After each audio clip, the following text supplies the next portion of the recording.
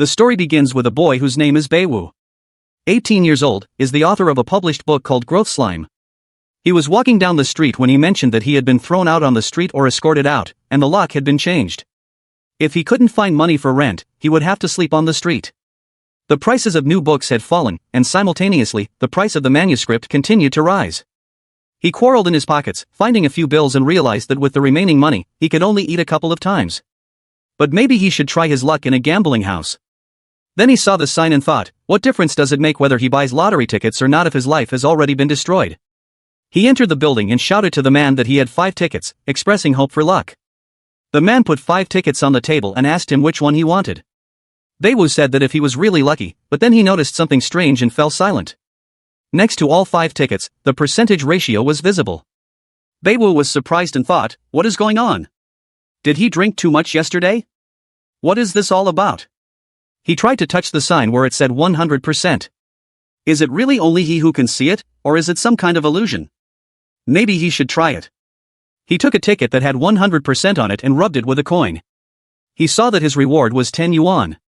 He was very surprised and told the boss that he needed 2 more, pointing his fingers at those tickets on which it was indicated that they had a 100% win. On one of these tickets, he won 5 yuan, on the other, 50 baht. Bai Wu thought, isn't this an illusion? It turns out that the numbers above the map are a chance of success. After that, he told the boss that he would take 10 more tickets. The man put 10 tickets on his table. After analyzing them, thinking that there are 10 lottery tickets on the table with a 100% chance, he decided to try one with 0%. He rubbed a coin into the winnings where there was a ticket with 0 winning percentage, and it was written there that he needed to try again. Bai Wu asked if he could really see the success rate. The boss told him that sometimes gambling can be harmful, so you always need to be able to stop in time. But Bai Wu shouted that he needed 10 more tickets for 20 yuan and 1 ticket for 10 yuan. The boss asked him if he was sure he wanted to buy them. He could say goodbye to all his money. However, after 10 minutes, 20,420 yuan was already credited to his account. The man said, what kind of bad luck he had, and Bai Wu thought that the percentages over lottery tickets show the chance of his success. But the amount of the winnings is not known to him. Bai Wu said out loud that it would be much better if he knew the specific amount of his winnings. For example, the probability of receiving 100 yuan or another amount. He pondered how the probability is calculated, and he noticed something in the box with the lottery tickets again and asked the boss to give him more of those. Taking these lottery tickets in his hands, he saw many different success rates. Some tickets were 150% of success, some 2010, and there was even a ticket that was 200% of success. The man told him to just accept his luck when he sees the results. This time he doesn't think about ellipses, but Bai Wu said he feels so good and thinks he should take another chance. The man was clearly not very happy about it and thought that he had already earned about 20,000. He can't be allowed to win anymore. This time, she would see if he was lucky or not. Bai Wu decided to take a 10% success rate of winning. There he earned 20 yuan and said that he was still rushing. But the man was very angry at him and thought that really 6 times in a row, how can this even be? Bai Wu had already tried all the tickets and said that he was incredibly lucky today, so he won again. He looked at the box of lottery tickets again and wondered how much he could win. After looking at the different percentages, he thought that now he understood everything. The percentage of success depends on the question asked by him. As long as he asks the right questions and benefits from the interest, then he will be able to fool the owner of this shop perfectly and measure his destiny. Bai Wu grinned and told the boss of this store that he was very lucky today. The man was already on the verge and asked what was his luck. He is just the reincarnation of the gambling god, Bai Wu thought. His abilities, however, seemed divine, and he told the boss that since he was so lucky today, couldn't he give him a few dozen tickets, maybe even packs. The boss replied that he admits that he is very lucky today, but he should not become addicted. I'm afraid, he told him. Not to worry, Bai Wu assured him. He's lucky today, maybe he'll get lucky with these tickets. He thinks he can win 20,000 yuan. He put another lottery ticket on the table and began to rub his winnings with a coin. The man looked strained, but when he saw that Bai Wu had won, he exhaled. He was unlucky this time. It was written on the ticket that he should try again. The boss told him that Putin would let him say something. In this world, there is no such thing as endless luck, therefore, he should not believe in it so much. Bai Wu thought he was right, but it's not about luck. Therefore, he began to try researching lottery tickets, but it was written everywhere that he should try again. The boss told him that he had warned him, but he did not listen. Having won that time, he ran out of luck for the whole year. Bai Wu analyzed all the tickets once again. They were all with 0% luck. Only one of them accounted for 30,000% of success. Bai Wu took this lottery ticket and thought that there are things that are difficult to explain, and one of them is his new ability. He just bought a lottery ticket with a 0% chance of winning. He once again asked the boss to give him those 20 lottery tickets. Bai Wu thought that he had bought them on purpose to divert suspicion from himself, yet the owner did not suspect anything. The boss told him that it was fine, he would return him 1,000, and he would keep the rest for himself, leaving him a 1 in 10 chance of success. However, Bai Wu thanked the boss for his kindness and said he couldn't believe his luck had turned against him. He thought that now it was time for him to use his new ability to the maximum. The boss told him to forget about it already, but then Bai Wu showed him another lottery ticket and said that luck had returned to him. He won another 20 yuan. The boss thought it was good that it was only 20 yuan, otherwise, he was already scared, thinking he would lose a few more thousand. But then Bai Wu screamed again that he had won again, he has a victory again. However, after looking at how much he won, he asked, is it really only 10 yuan? His biggest win was 100, which is still very small. The boss thought that this guy cloaks himself like the demon himself. While Wu began to pray, saying that spirits, heaven, and earth give him 1 million, the boss put another 15,000 yuan into Bai Wu's account. Bai Wu asked the boss what he had recently said about luck, to which the boss replied that it was nothing. But then he remembered something. The boss thought that printing factories distribute packages evenly, and since he has the winning tickets in his hands, his chances of success are incredibly low. Turning to Bai Wu, he said that he was incredibly lucky today. How many more tickets does he want to take? He himself thought that if not him, then someone else would come and buy these tickets. In the end, only the losing ones remained in the pack. What a good business. Bai Wu thought about it, and after analyzing all the tickets, he thought about the probability of success of the remaining lottery tickets. But when he saw that there was a lottery ticket with only 5% luck, he told the boss that he didn't need it. He's already used up his luck and thinks it's time for him to finish. He thought that according to this coefficient, the chance of winning starts at 30% and ends with 5%. But the boss kept trying to persuade him and said that thanks to his luck, he was able to win as much as 35,000 yuan. Since he is so lucky today, he should use his luck to the maximum. To which Bai Wu replied that he also understands that he can lose and lose several hundred, and this is a lot of money. There is a time when it is better for them to stop. The boss thought he just didn't want to do it. Bai Wu added that he knows that the boss only wants the best for him, but he already feels great.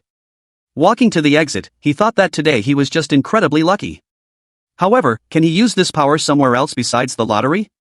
But stopping at the door, he wondered about the chance of success of opening this door. He touched the door and saw that the chance of success to open it is 100%. Bai Wu was very happy and thought that he could see this too. But then he saw that the interests began to fall. He asked what was going on, staggering away from the door. When the chance of success was 0, a dog crashed into the door, breaking it.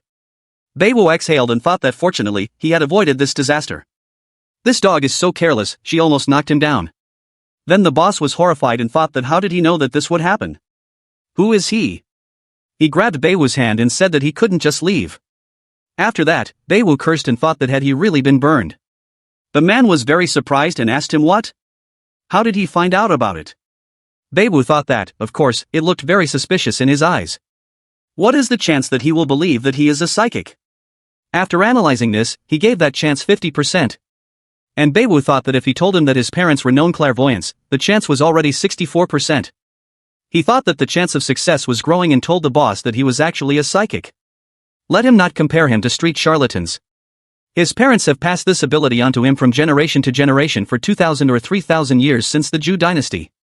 The boss felt cheated and asked what for 2,000 or 3,000 years.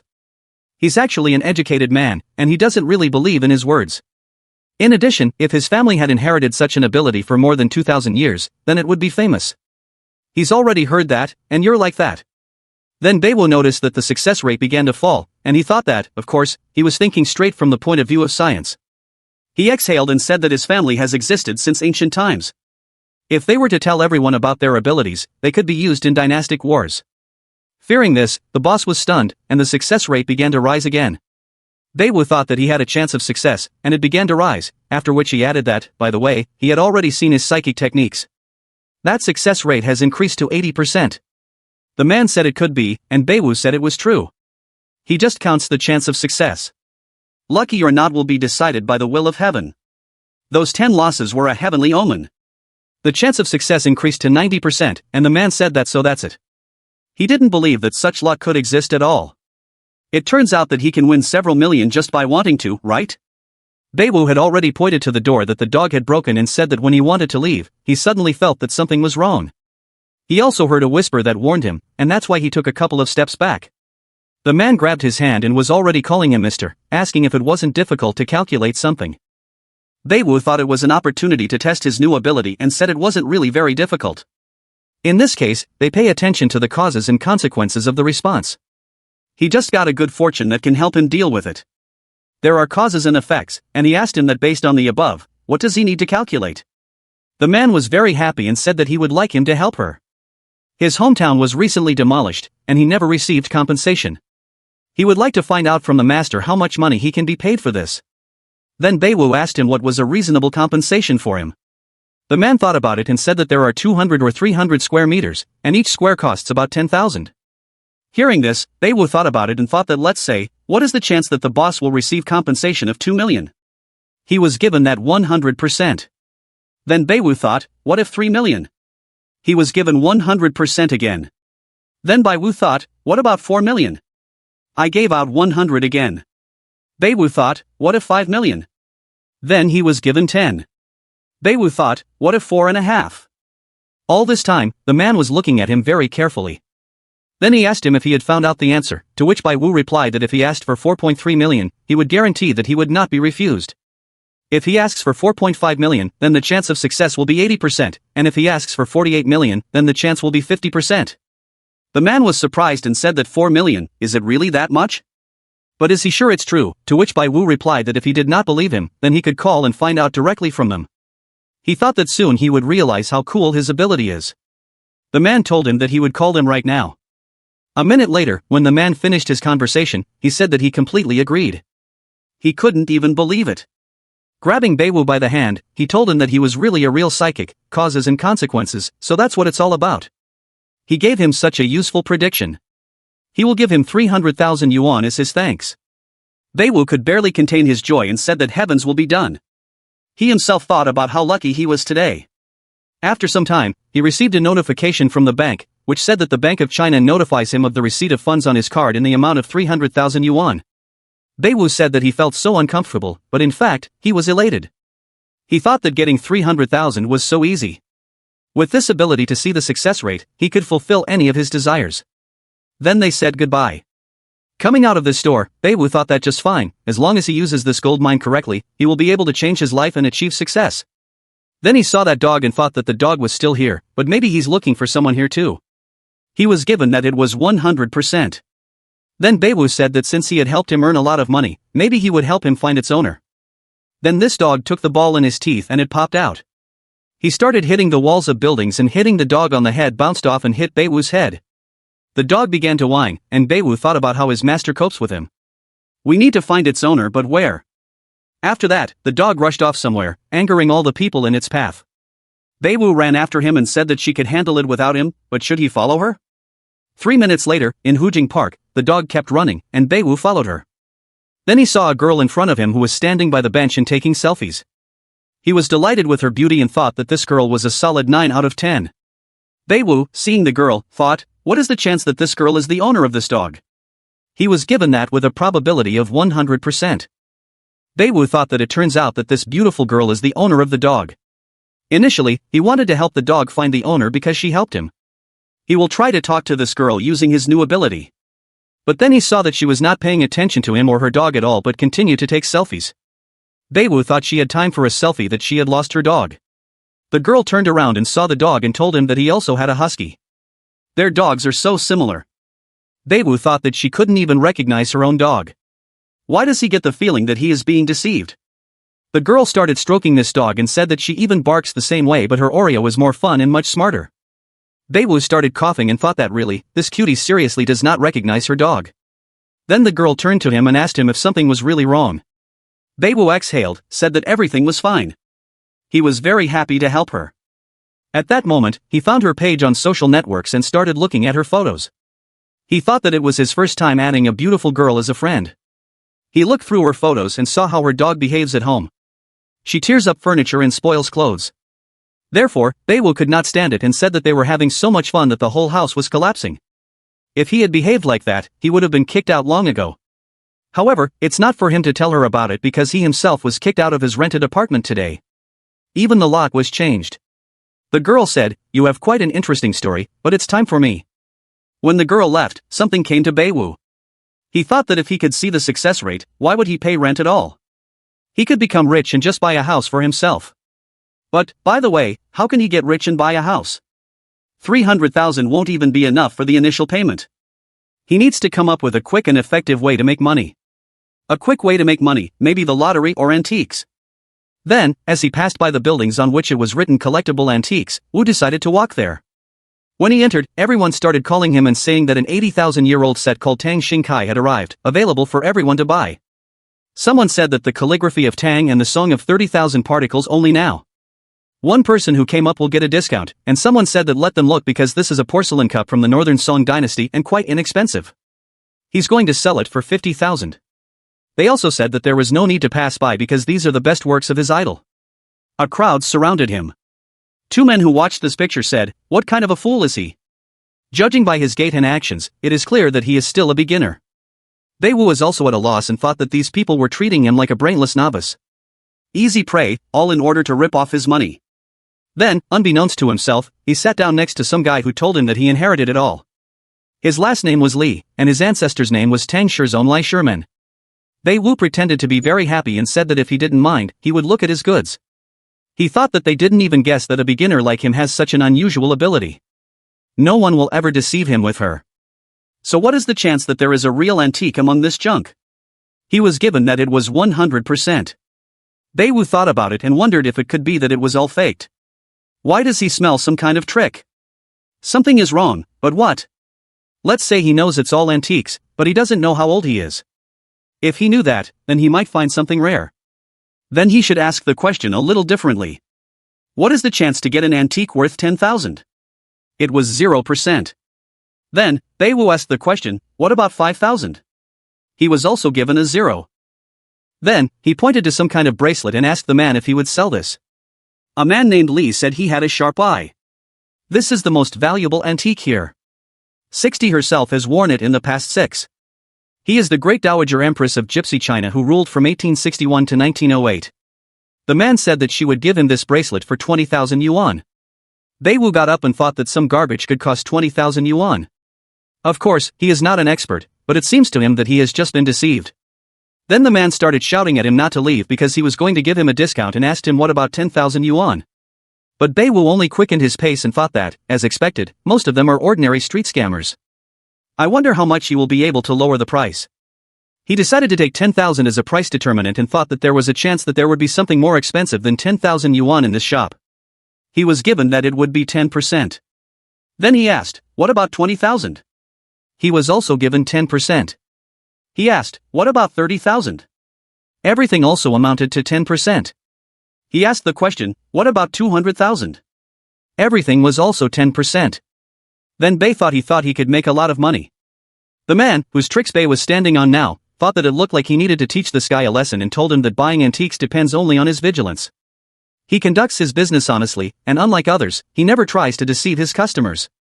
Therefore, if something interests him, then let him not hesitate and ask him. He pointed to the vase and told him to look at it. This is a pretty good product, but he was given that the value of this product is 0%.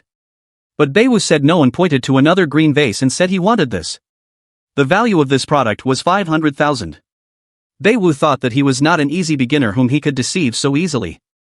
Having the ability to see the percentage of success in his hands, he, Bai Wu, will immerse himself in the world of antiques and become an expert appraiser in the future. Let the formation of a new legend begin. This man called Bai Wu a jerk and thought, what's wrong with him? Why is he in such a hurry? Does he really not care what kind of object it is? 10 bronze items out of 9 fake ones were sold, and 1 item remained.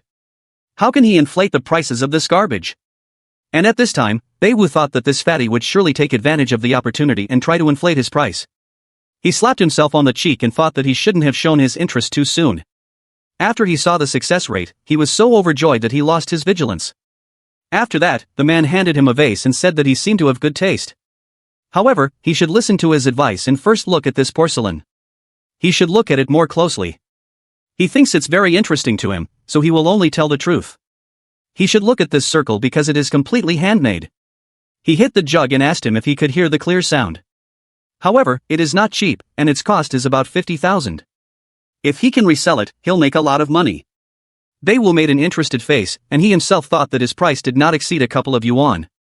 The sly fat guy offers him not a wine glass about some garbage, but Tung came up with something and thought, wait a minute, could it be that this fat man does not suspect that he has an antique worth 500,000 yuan? Apologizing to the man, he said that he thinks that buying antiques is an interesting thing. This porcelain is also not bad, but he is not interested in it. However, he was very, very interested in this wine glass. The man immediately changed his face and asked if he really liked this bronze glass. He has a very sharp eye. It's not a bad antique. He bought it here in China for 8,000. If he really wants it, then he can sell it to him at the original price, no more, no less. So, how about this? Bai Wu has already evaluated this glass with his new ability and estimated it at 500,000 yuan and even more. He thought that 8,000 is nothing compared to the real price of this glass. This fat guy does not even suspect anything about the real value of this bronze glass. What is the possibility that he knows about the real value of this glass? It seemed that 0%. Bai Wu thought that. Of course, the percentage of success is on top, and what he has on his mind is generally on his side. What if he pretends to be a beggar novice now? Then he thinks that he will drop him the price. Regardless of what offer he makes, it will not affect him in any way as long as he knows the lowest price. If he uses his new ability, then he can find out the lower price. He asked, what is the chance of getting this glass for 4,000? It seemed to him that 100%. Bai Wu was very surprised and thought, is it really 100% for 4,000? What about 2,000? Then, for 2,000, success showed the same 100% and even for 1,000 yuan. After a while, when Bai Wu had gone through enough options, he thought, okay, don't be so greedy. 2,000 is also a good price, and he had already turned to the man and said that 8,000 is too much for him, and he asked if he could drop the price a little for him. The man said that, in fact, 8,000 is not too expensive for such a high-quality antique. With his keen eyes, he can give him a chance to bid. The man himself thought that such garbage costs only 10 yuan. It turns out that it's so easy to make money on this. Bai Wu, without thinking twice, said 2,000. The man was surprised and thought that this kid cut the price too much for 2,000, which is also profitable. Bai Wu asked him if he wanted to sell this glass to him for 2,000. The man exhaled and said that it was only 2,000. In general, he received 2 items worth 8,000, and all the others were sold to a beautiful girl yesterday. After that, Bai paid for his goods. When Bai had already gone far enough, the man was very happy and said that items that cost a couple of yuan were sold for 1,000. It's so easy to sell trash if you display it as an antique. Some newbie still wants to learn how to earn. What kind of stupid idiot is he? Thanks to him, he earned as much as 2,000. Yesterday, the girl bought an old thermos from him for 9,000, and today this kid bought a bronze wine glass for 2,000. Buying is not as good as selling. How easy it is to make money. The man who was sitting next to him asked him what is he proud of here. After that, he turned to this man whose name is Lao Wang and asked him if this was the girl who sold her thermos yesterday. It looks like he's in trouble. Lao Wang was scared but still said he didn't care about it. When the girl approached him, he told her that unfortunately, this shop is a small business, so as soon as the item is sold, they do not provide a refund. But the girl, it turns out, did not come for this at all. She asked what was missing, why is he already gone? Lao Wang asked her what is it. The girl said that there was a bronze wine glass here yesterday, where is it now? She's willing to pay 10,000 for it, not even 50,000. Hearing such a big price, Lao Wang was very surprised and asked her how much she said.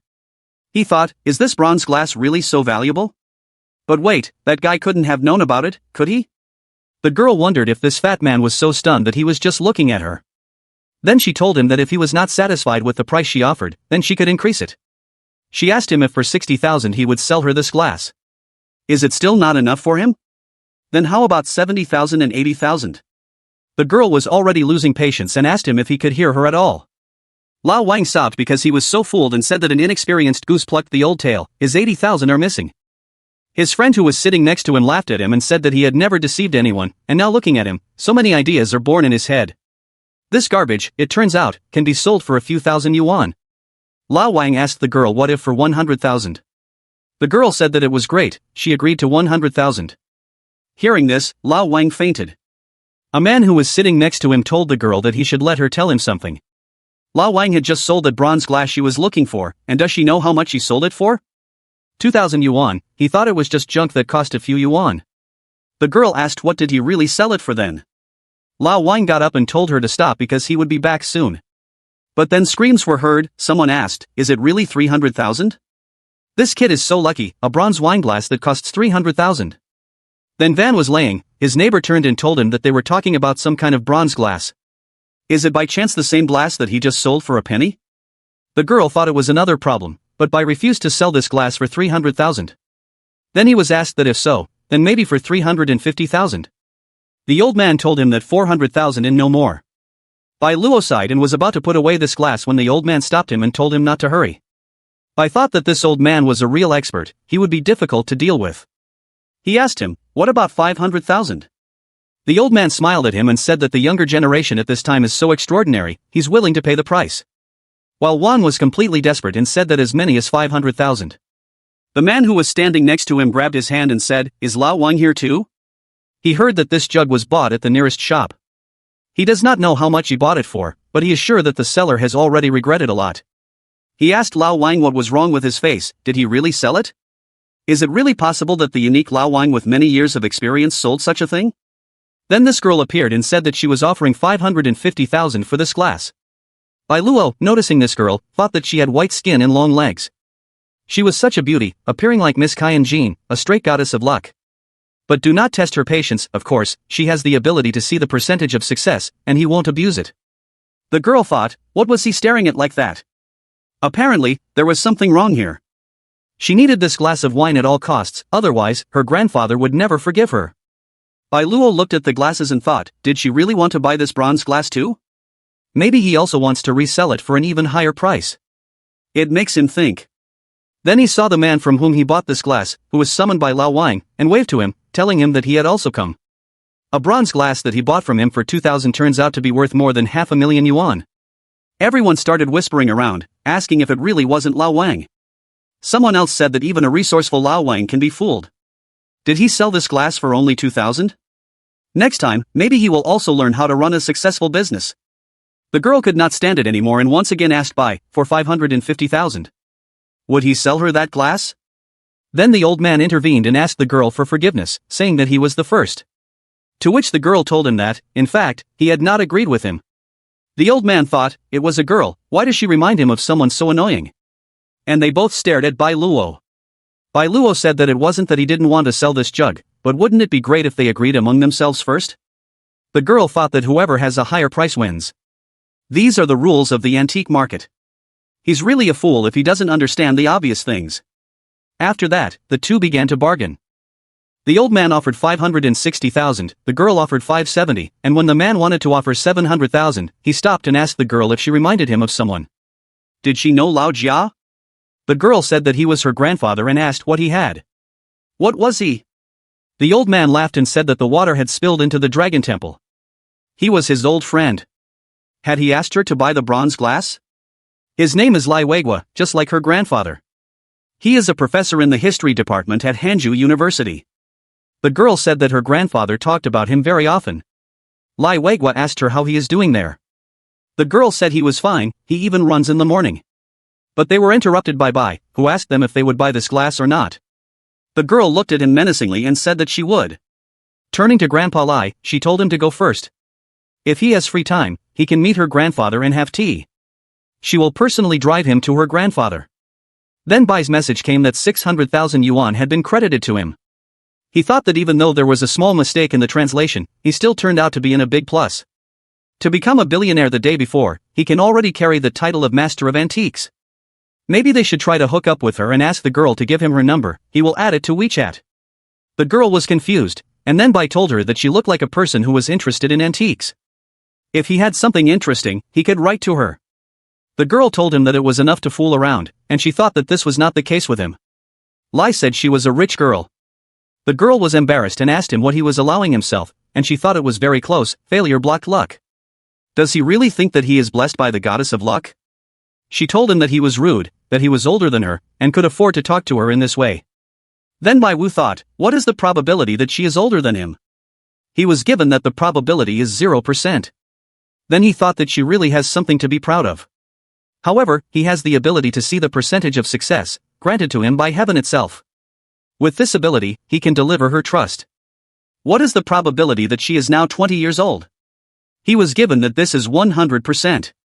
Bai Wu thought that these girls are 20 years old, and he is the same age, but his birthday is September 30th. This girl, after that, he began to sort through the months to find out what months she was born in. October, November, December did not fit. Bai Wu thought, why maybe she's younger than him? Is this a coincidence? Maybe she has the same date of birth as him, and it completely coincided. The girl asked him what was wrong with him. Bai Wu said she shouldn't worry about anything, and he threw himself into reflections. He thought that he was born at 1523, then what are the chances that she did not degenerate younger in the interval from 7 a.m. to 12? But the success rate of this outcome was 0%. Then he thought that maybe she was born after 5 p.m., but this outcome of events was also 0%. Bai Wu thought that he didn't either, but what about 16, then maybe 1530? But everything was Bai. But finally, after learning the answer to the question, it turned out that the difference was only a minute from his birthday. And he thought, does she really want him to call her big sister? But that's not going to happen. The girl turned away from him and said that he was some kind of fool. But Bai stopped her and told her to call her a younger sister so that she would not think badly of him. And he thought he should surprise her first. Then he said she was 20 years old, and she was born at the end of October, wasn't she? The girl was shocked and asked how he found out about it. Bai Wu asked her again, asking that how did he know? Well, of course, he read everything. The girl thought, is this really another stalker with a terrible acting game? Then she turned away from him and said that he'll think about it. Here, she will also listen to the next freak. Bai Wu thought how much she underestimated him, and he told her to let him guess again. She was born on September 30th at 1530. The girl was even more surprised and asked him what he had just said. A crowd gathered around them. Who did he ask that how is this possible? Another asked if he was a psychic, and the other one said that look, this girl is just shaking all over. Are you the luckiest person since the 21st century? The elderly man said that he was not surprised. He often saw guys spying on young girls. Insults rained down on his address. Bai Wu thought about how it all turned out, even though he explained everything in great detail. But he stopped the girl again and said that she was born earlier than 1530, which means that it is 1524. And he thought it wasn't difficult. He went on to say that she was born on September 30th at 1530 and 36 seconds. Then the girl couldn't stand it and dialed her mother, who asked her what did something really happen. The girl asked her mother what time she was born, to which her mother replied that about 1530 on September 30th, and calling her daughter by the name of Zao, she asked her what had she really forgotten. Zao tried to whisper to her mother what if more precisely wasn't she born in 1524. Mom asked her to stop because she doesn't remember exactly. She's going to look at the birth certificate now. After 3 minutes of intense waiting, Mom replied to Zao that she was born in 1524 and 36 seconds, and I asked my daughter how she found out about it. She turned to Bai Wu, waiting for his answers. Bai Wu told her that it must surely be very interesting that how did he know all this right? Zao, with Nova, turned away from him and said that she was absolutely not interested. He should not waste her time. I overtook Kin and told her not to be nervous because he just guessed right. Zao said that he guessed the time of her birth exactly to the second, and now he says that he just guessed. Did he think she was stupid? I wouldn't pay any attention to her at all, and thought that her beauty could be compared to a deity. She is the incarnation of a deity, and he said that she would be calmed down now, the dream would tell her everything. How he found the answer. Zao took a step back and asked him what he had just said, but Bai told her that she understood everything perfectly, didn't she? Zao took his hand and told him to follow her. She took him into a corner and pressed him against the wall, after which she told him to tell her everything now. How does he know all this? Bai Wu still remained as unperturbed and told her that he had just guessed right. Zao said that it was simply impossible. I will ask her if she didn't believe him, and he can also guess the location of her 3 moles based on pure calculations without personal interest. Bai Wu added Zao as a friend, and he told her that if he found anything interesting, he would write to her right away, and she can also contact him at any time. Then they said goodbye. Bai Wu thought that recognizing other people's games using the ability to see the success rate was too cheesy. However, he did not expect to see such a beautiful girl here and also to test his ability on her. Then he saw the old man to whom he was going to sell this glass and thought that he was calling someone. Can he hear their conversation? What is the probability that Zao is looking for a home? The success rate was 0%. Bai Wu was surprised and thought that the success rate had changed. The success rate started to grow. Now it was already 20, and he thought did he really find Zao or not? Well, could it be that it's related to him? His acquaintance with Zao was foreshadowed by the heavens themselves, however, but then he thought of something and asked what is the chance that this old man is communicating with someone from the Zao family. The success rate was 100%. Therefore, he decided to write a message to Kim in which he wrote that for 600 to 0 he was ready to tell her fortune again. Her secret apparently is about antiques. It seems to him that they already know about him at home. Zao was surprised and texted him what he meant. Bai Wu wondered what the odds were that Zao's parents would call her in the next half hour. The success rate was 100%.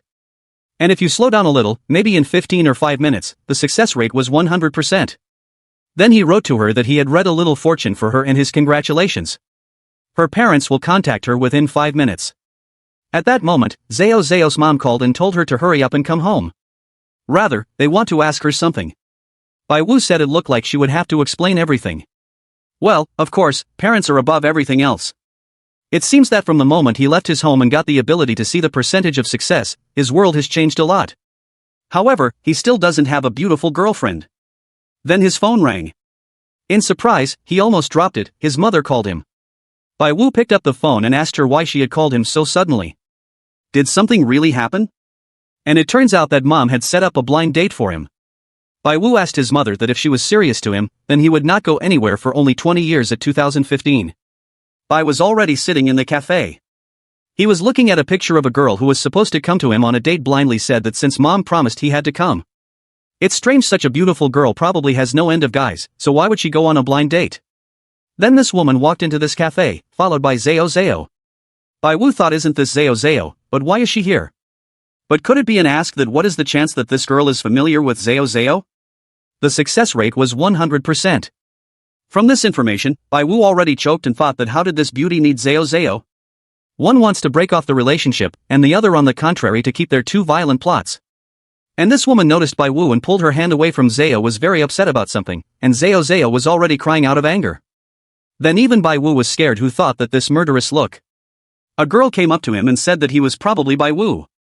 She said her name was Muir, and she thought he was a very nice person. She offered to meet him directly. Xin cried harder than ever. Bai Wu, noticing this, said that it was somehow wrong.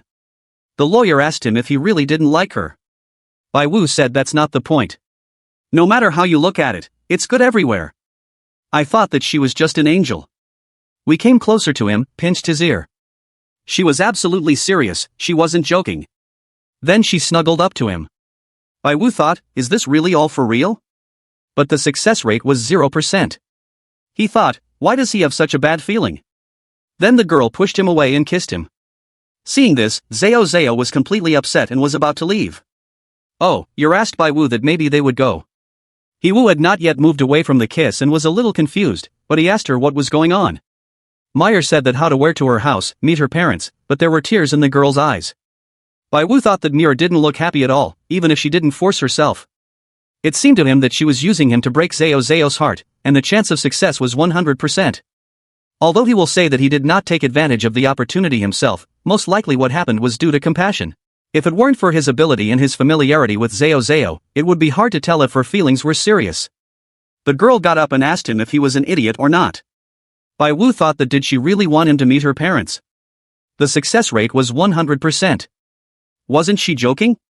Doesn't she think of him as a shield? Is she really looking for a guy? Maybe she's looking for a boyfriend to appease her parents. The success rate was 100%. Then Bai Wu called out to the girl. She turned around and asked what he regretted about what had just happened.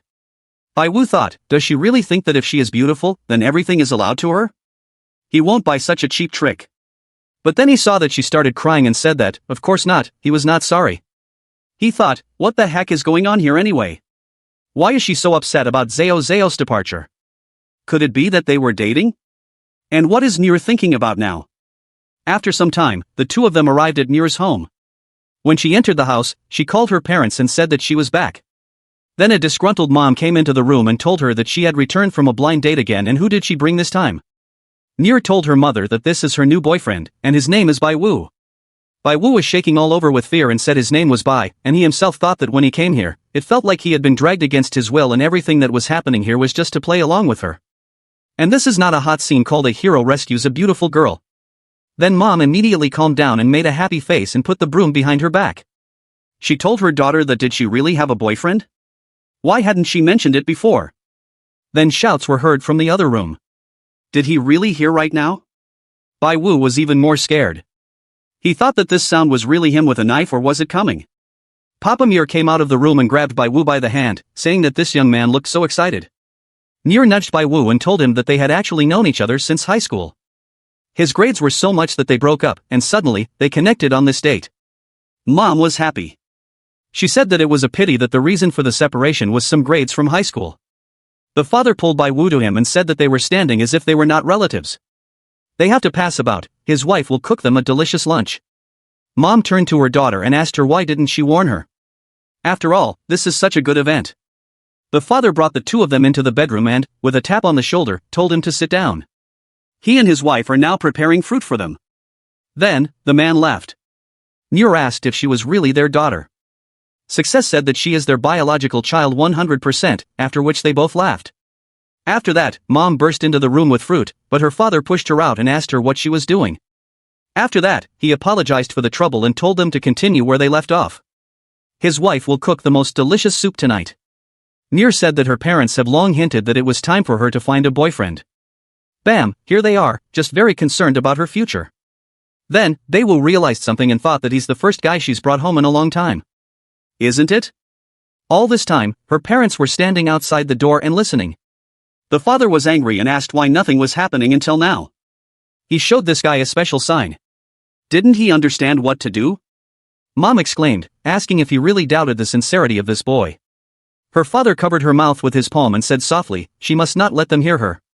He thought that if they didn't try, they would never know and wouldn't be able to test him if he doesn't dare. Bai Wu thought that he had not quite figured out the situation yet. He would like to check something. Then he turned to Muir, but the girl was afraid of something and jumped away from him to the wall. Bai Wu said he meant they needed to sit down and talk. Meyer apologized to him and said that she needed some time so that she could get used to their relationship. Bai Wu asked her if the fact that he approaches her makes her nervous. Then maybe he should keep his distance from her. He walked away. Muir was shaking all over, but she took a step forward and thanked him, saying that, however, it was not necessary. It's okay, she can get used to it. Bai Wu thought that she was a beauty no matter how you look at it. But if she really is his girlfriend, then what is the probability that she will feel comfortable if he takes her hand? The success rate was 80%. Then he asked, what if he hugged her? The success rate was already 76%. After which, Bai Wu asked, what if he kissed her? The success rate has already been 59. Bai Wu was shocked and thought, is he really that lucky? But no, he should not deceive himself because this girl uses him to deceive her parents. He is physically and mentally healthy, a handsome and intelligent young man, and still single. What should he do in such a situation? First of all, this girl must be honest with herself. He wanted to reach out and take her hand. But he slipped and fell. Then the parents burst into the room. The father forgot about the knife and asked what happened to them, asking her daughter if she's okay. When Mir saw him, he asked his father what he is doing here. Mom took her husband by the ear and said that everything was fine. It's just that his dad is very worried about her and taking him out of the room. Bai Wu was still sitting on the floor and was very scared. He wondered what had just happened here. He hasn't done anything yet, and he pushed him here himself. So why did he fly up here with a cleaver? He exhaled, but then he heard her parents' screams. The wife slapped her husband in the face and asked him why he really did not see that he was their daughter's real boyfriend at all. He's just crazy. Moreover, why is he walking around the apartment with a kitchen knife? Her father told her that even if this guy has a kind heart, they can't blindly trust their daughter to him. All because she is too beautiful. Hearing this, Bai Wu thought about what and how he could then claim the place of her boyfriend. Everything is going absolutely not according to the script. Then Mir came up to him and asked him if he was alright. Bai Wu thought that nevertheless, this family, how long does he have to play this role? He got up and told her that he thought they should discuss the matter a little later. Got angry at him and asked him if he was really sorry. Bai Wu was firm in his decision and asked her if she really thought that she could hide everything from her parents with this theater. Yes, he wants to end it. They are trying for her because they care about her, and she wants to deceive them. The only way to solve her problem is just to talk to her parents. After that, Bai Wu decided to leave. Nur grabbed his arm and asked him to stop. She told him to help her just this once. Bai Wu just grinned. The parents were still standing outside the door. The father asked what was there. But Little was delighted and said that this young couple was fighting because of him. It's so unusual. But then he stopped and said that most likely they had a fight because he flew into them with a knife. It's not the time to think about it, they have to stop it. Then they rushed to their room, but they saw that Bai had already left her and moved to the exit. He thought he could stay here, but the only thing he did was hurt her. He started to put on his shoes, but the woman shouted at him not to put them on. She apologized and said she accidentally ran soup on his shoe. Muir asked Mom why she was with the soup here and not in the kitchen. Her father also asked her how could she be so irresponsible. If his shoes are so wet, how will he get home? To which Mom replied that so let him stay. Bai Wu thought that he had already explained everything to Muir and how she would act would depend only on her. Then her father called out to him and asked him if he can spend the night with them today. To which Bai replied that today he had to go to the hospital to visit his grandmother's niece. Otherwise, her son was ill, the son of his 7th grandmother's niece is already there. So he will have to leave them. After which he left and slammed the door. The father and mother began to count because they did not understand that my grandmother's niece's son was sitting there. In the evening, Bai Wu was lying in his bed and said that it had become very easy to earn money. Of course, this is very good.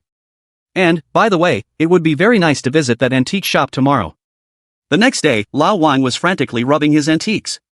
He said that yesterday he went into the negative because of some newcomer and also publicly disgraced himself. He had a great opportunity.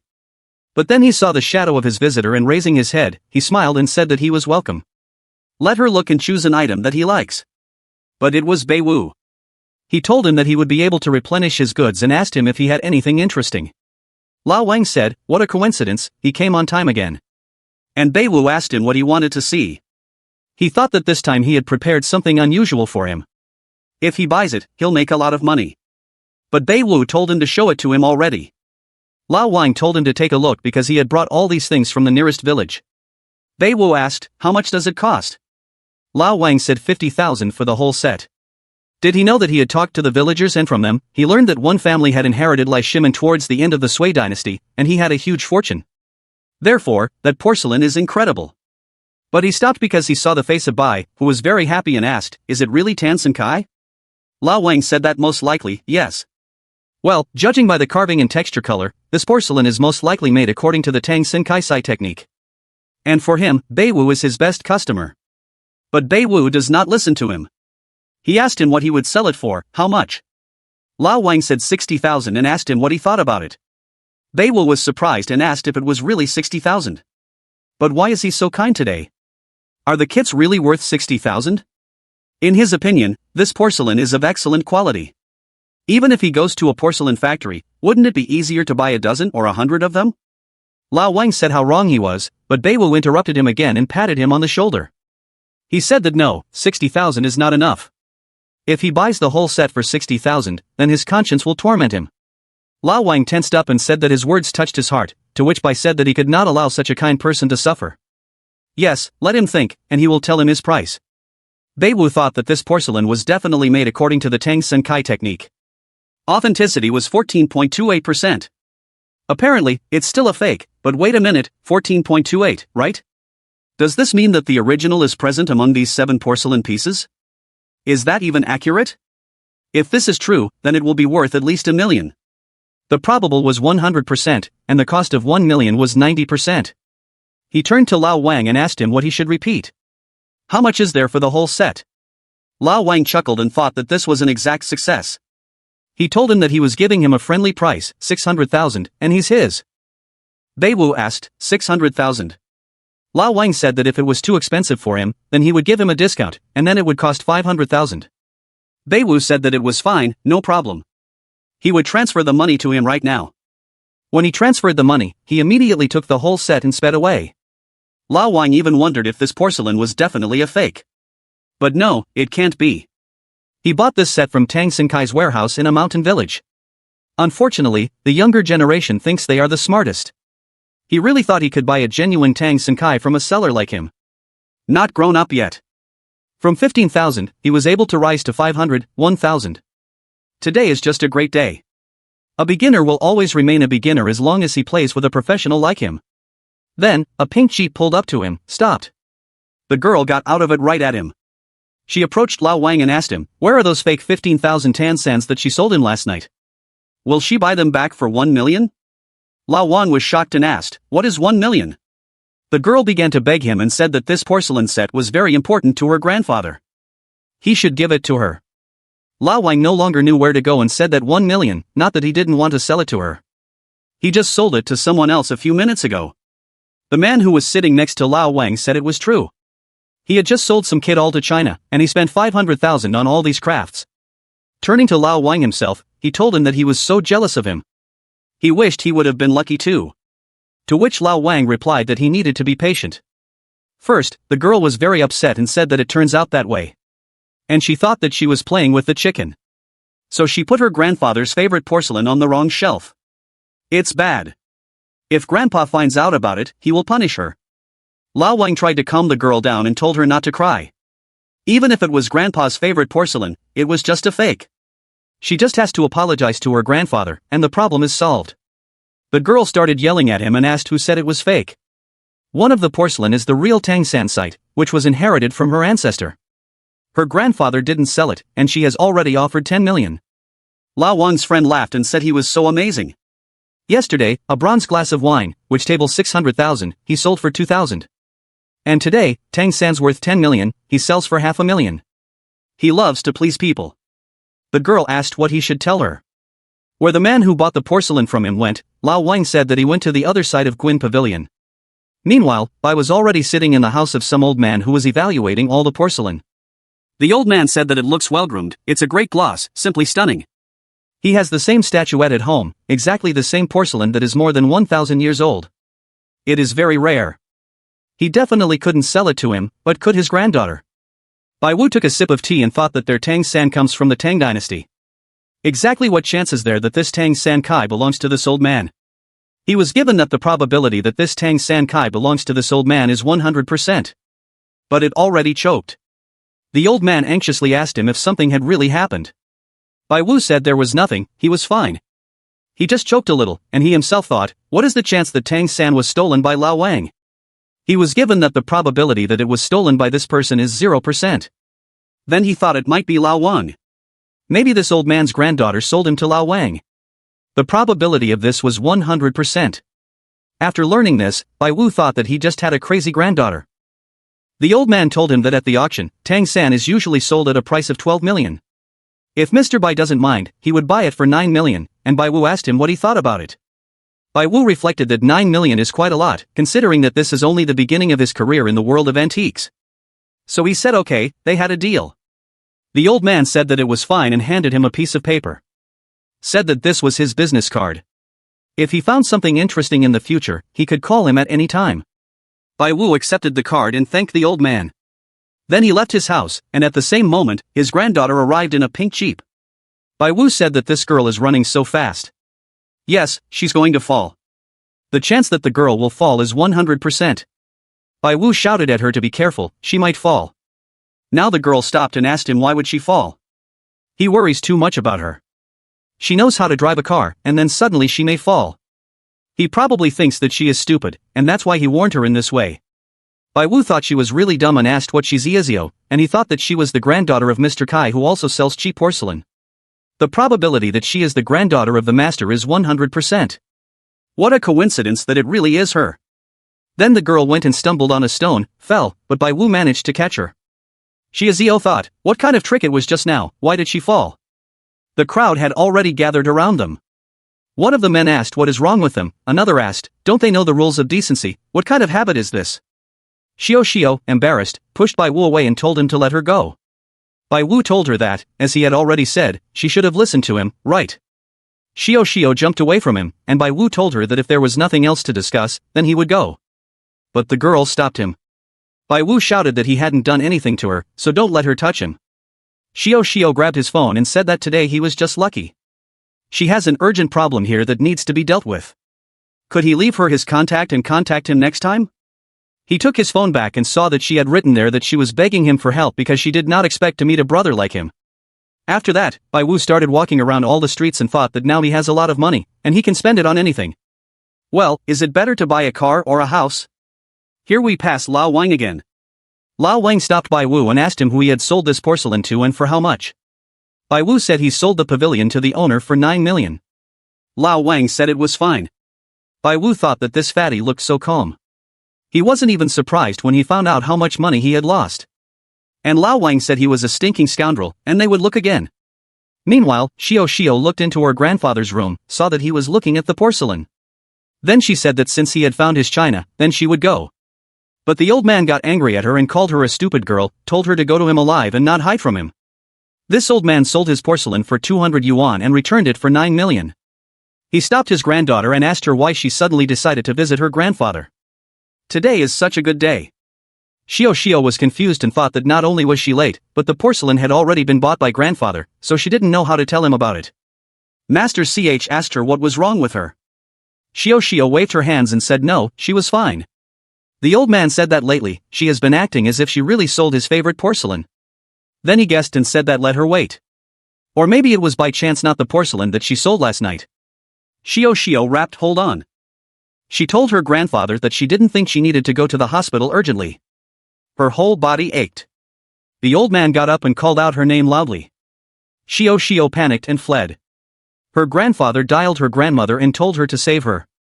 Grandpa wants to punish her. The old man stood behind her and told his granddaughter to look at what she had done. But then a voice came from the receiver to his grandmother, who asked him what he was shouting. Did he decide to scare his granddaughter? What right does he have to shout at her at all?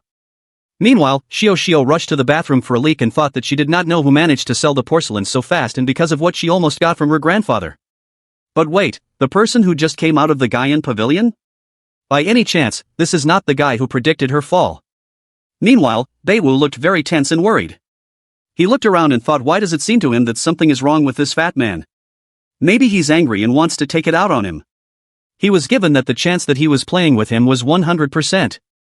Bai Wu swore and said that she thinks the system is ambiguous. Such a funny thing, and he himself thought that he had sold him antiques, and then he would find someone to take revenge on him and take his money. So what? The system said that the chance that Wang wants to take his money is 100%. But Bai Wu didn't look so scared anymore and said that he still has a reliable system that shows him the percentage of his success. He stopped, took out his phone, thinking that antiques is a profitable business. But even with superpowers, it is difficult to find gold in the trash. If not for the security of Zao, he would never have earned so much money. It's hard to be rich, but is it alright? The girls he met recently are all very strange. For his own safety, he'd better not mess with them. It would be interesting to see what would happen if he didn't miss this opportunity. But he had an idea.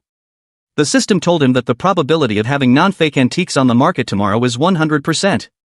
Bai Wu thought that, of course, you can continue to speculate on antiques. Daily income of 1 million. Human, it's not a dream.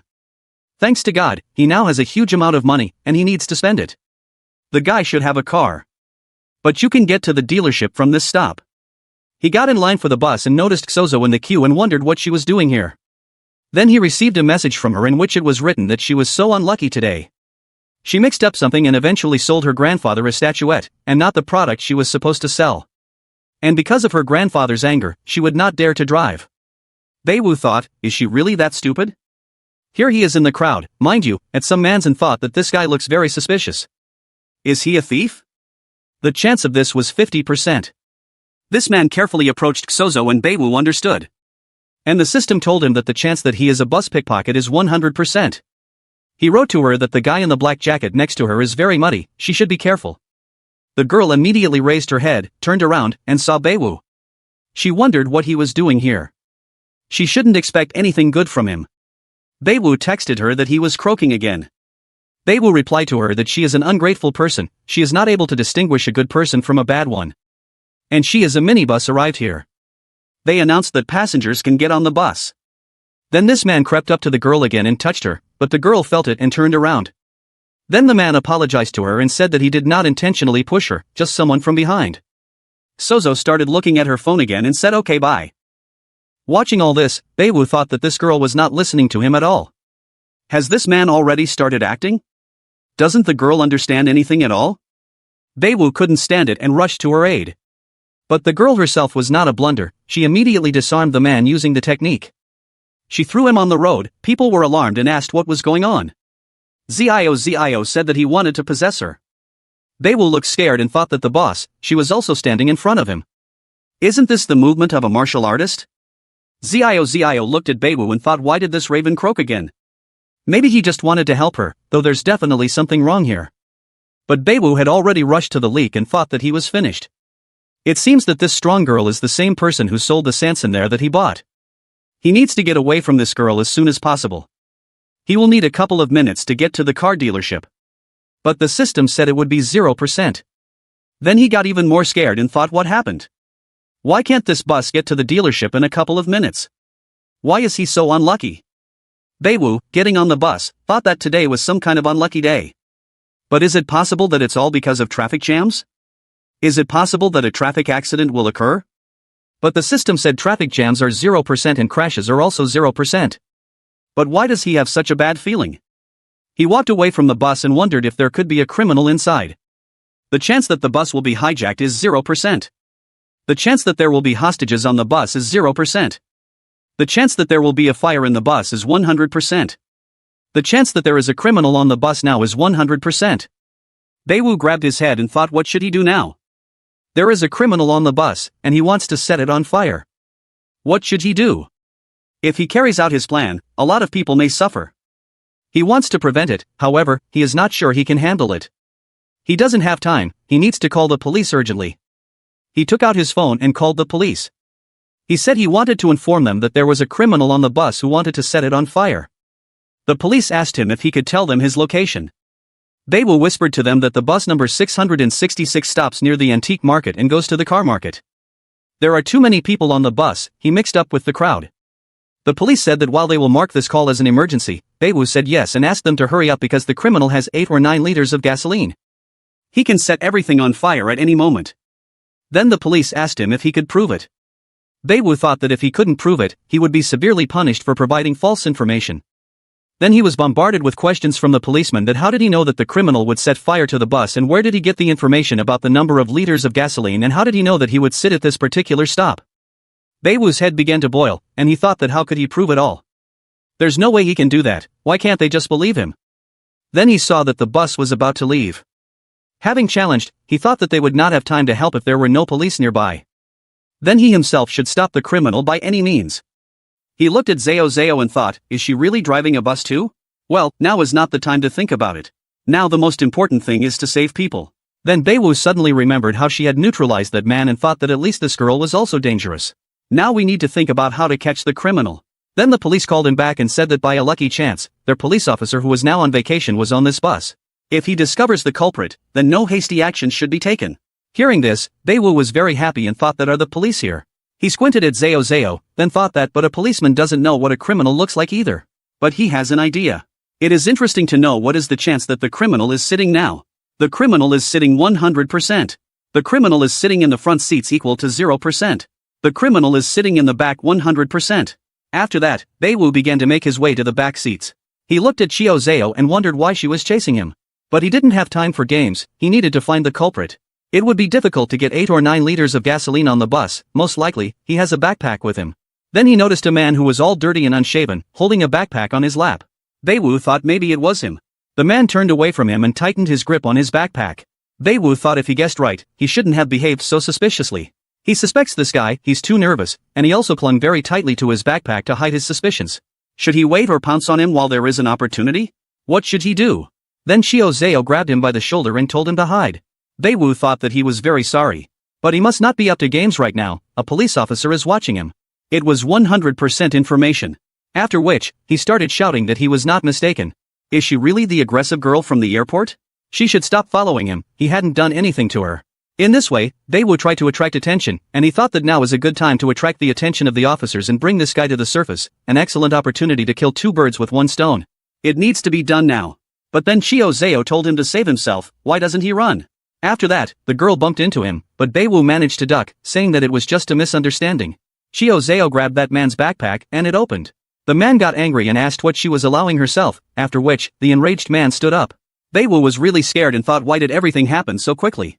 Then this man got hit by Zio right in the face. After that, she finally neutralized him.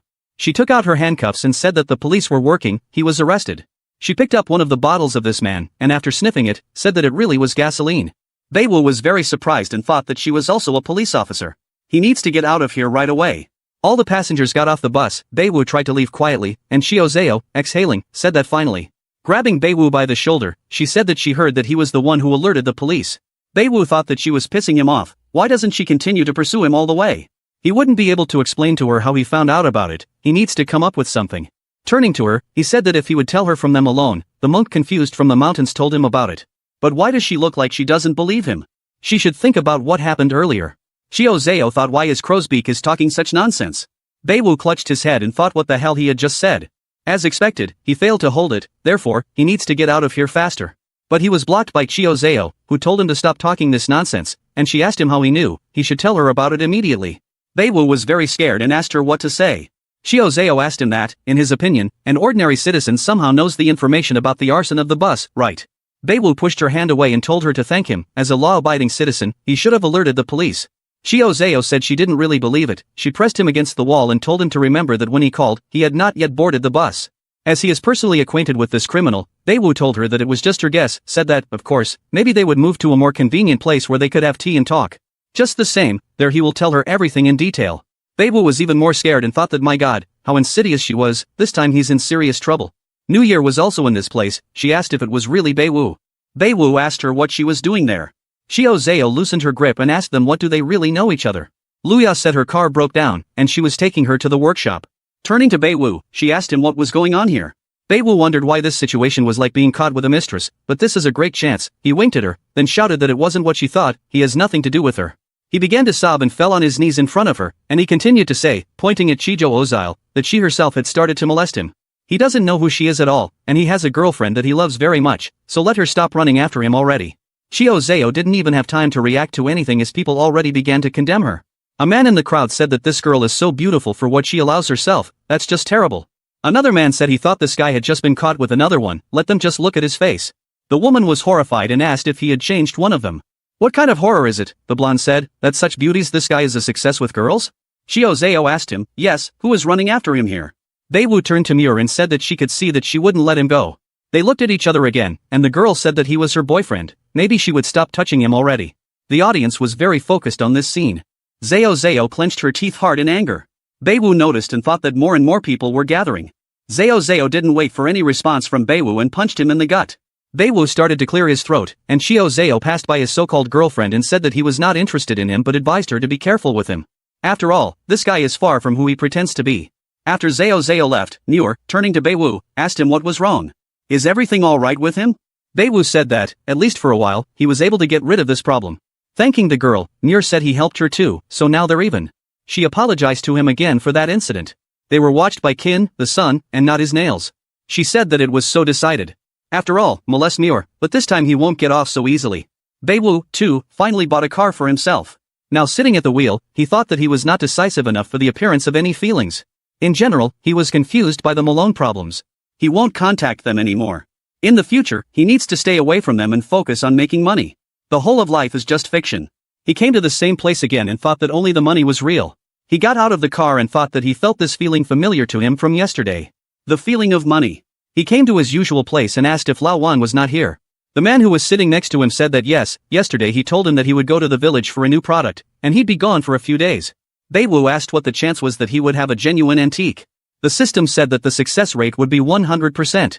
Realizing this, Bai Wu exhaled and said, well, okay, but will he be able to find antiques today? It was given 0%, and he thought about what it meant. He thought, what is the chance to buy an antique on the market? The system told him that the chance of buying an authentic product was 0%. Bai Wu scratched his head and thought, why is the data so much different from yesterday? It seems to him that there are antiques here, but he will not be able to find them without help. But what difference does it make? He can handle it himself. From around the corner, Zhao was watching him. 30 minutes later, he approached the man who was selling the product. Taking the pot, he realized that it was a genuine antique. He asked the man if he could sell it to him. The man said it costs $3,000, but he can give him a 5% discount. Bai Wu didn't like it and told him that 50% was better. The man smiled at him and said that it was good for 50 minutes. Bai Wu repeated that the discount is 50, and he agrees. He thought that it seems this merchant does not know that the goods are real, but why is the chance not found? Is the system out of order? Then Zhao came up from behind and said that she wanted to purchase this item for its original cost. Bai Wu did not expect to see her here and looked at her in fright, wondering what she was doing there. The man was very happy and handed Zhao this product and said that it was good. Of course, let her take it. But their way was blocked by Bai Wu, who told them not to hurry because he was the first to come here. He will pay $10,000. Zao said 30,000. Bai Wu realized what she was doing, it was all on purpose. It seems that the stall owner has already guessed that the cost of the goods is much more expensive than their initial price. He exhaled and asked Zao what would happen if he paid $50,000. Of course, she can pay more and get this stuff for herself, but Zao said that she would give 100,000. Bai Wu asked him what it was for him. Bai Wu realized that he would not be able to spend it in such a way. She would continue to raise prices. Zao thought, does he really want to trick her? She had just bought this trash, and what was he going to do now?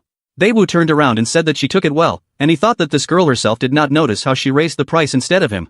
He's not stupid enough to measure money with her stranglehold. But still, he continued to increase prices. Despite the success, a man handed Zao her goods. The girl, after examining it, thought that it really was the Ming dynasty. This guy is not that simple, so she decided to pursue him after some time. Bai Wu could not stand it and asked her if she would ever leave him alone. To which Zao asked him, is it really forbidden for her to walk on this road? She followed him everywhere and spoiled all the raspberries for him. He was already going to buy one item for $100,000, but the girl offered her. She said she would pay $200,000. At that moment, he could not stand it.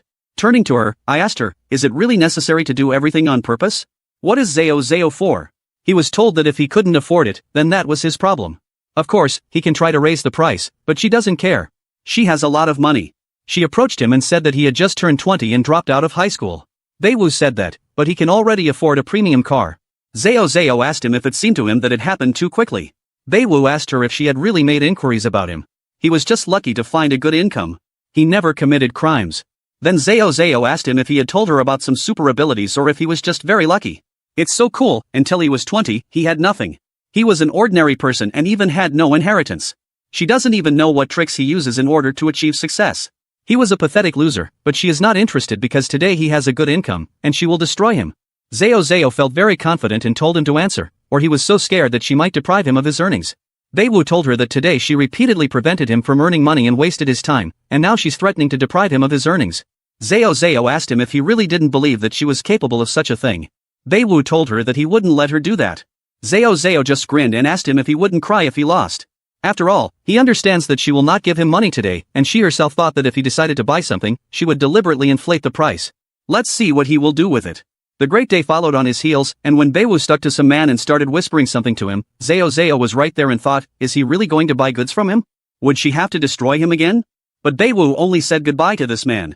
Zao thought, what's the matter? What is this guy doing? Is he just chatting with every seller and not buying anything from them? Bai Wu squinted at Zao and thought, what is the probability of success? The system said that the probability of success was 100%. Bai Wu said, fine, today he will teach her a lesson. After that, he called everyone he talked to and said that he wanted to buy all the goods they had. Zao, hearing all this, thought that it turned out that he just wanted to buy all the goods from all the stalls. He is afraid that she may create problems for him and has decided to hide his plan until the end. And she asked him, what did he really think? She couldn't do anything. How naive he is. After all, Bai Wu turned to her and said that if the bosses don't return, then let them make a deal together right now. But Zao intervened and said that she wanted to buy everything they had in the stalls. Bai Wu told her that she was going too far. Zao asked him if something was wrong. She also wants to buy, like him, all this product and deprive him of his earnings. Bai Wu said that, of course, he knows that she has a lot of money, but they have a lot of goods. Would she be able to buy them all? She can't throw words at the wind just to scare him. Zao asked him if he thought she was stupid or where he got so much courage from. And she asked the sellers to name the total cost of the goods that they had. She will pay a $10 surcharge. The sellers exchanged glances, and then Kai Kin began to put pressure on them, asking if they really didn't want to earn more on delivery. They should hurry before she changes her mind. The sellers told her that she could just leave her address, and they would certainly deliver everything. Zao asked them to give her their contacts, and her assistant would contact them. The sellers said that, of course, there was no problem. After that, Zao looked at Bai Wu and asked him what and how he would react to it. Didn't she just deprive him of his earnings? Bai Wu just grinned and walked past her. He went to the sellers, and the sellers were very happy to see him. They said it was great money, and they would not divide it by 50 minutes, as they had agreed.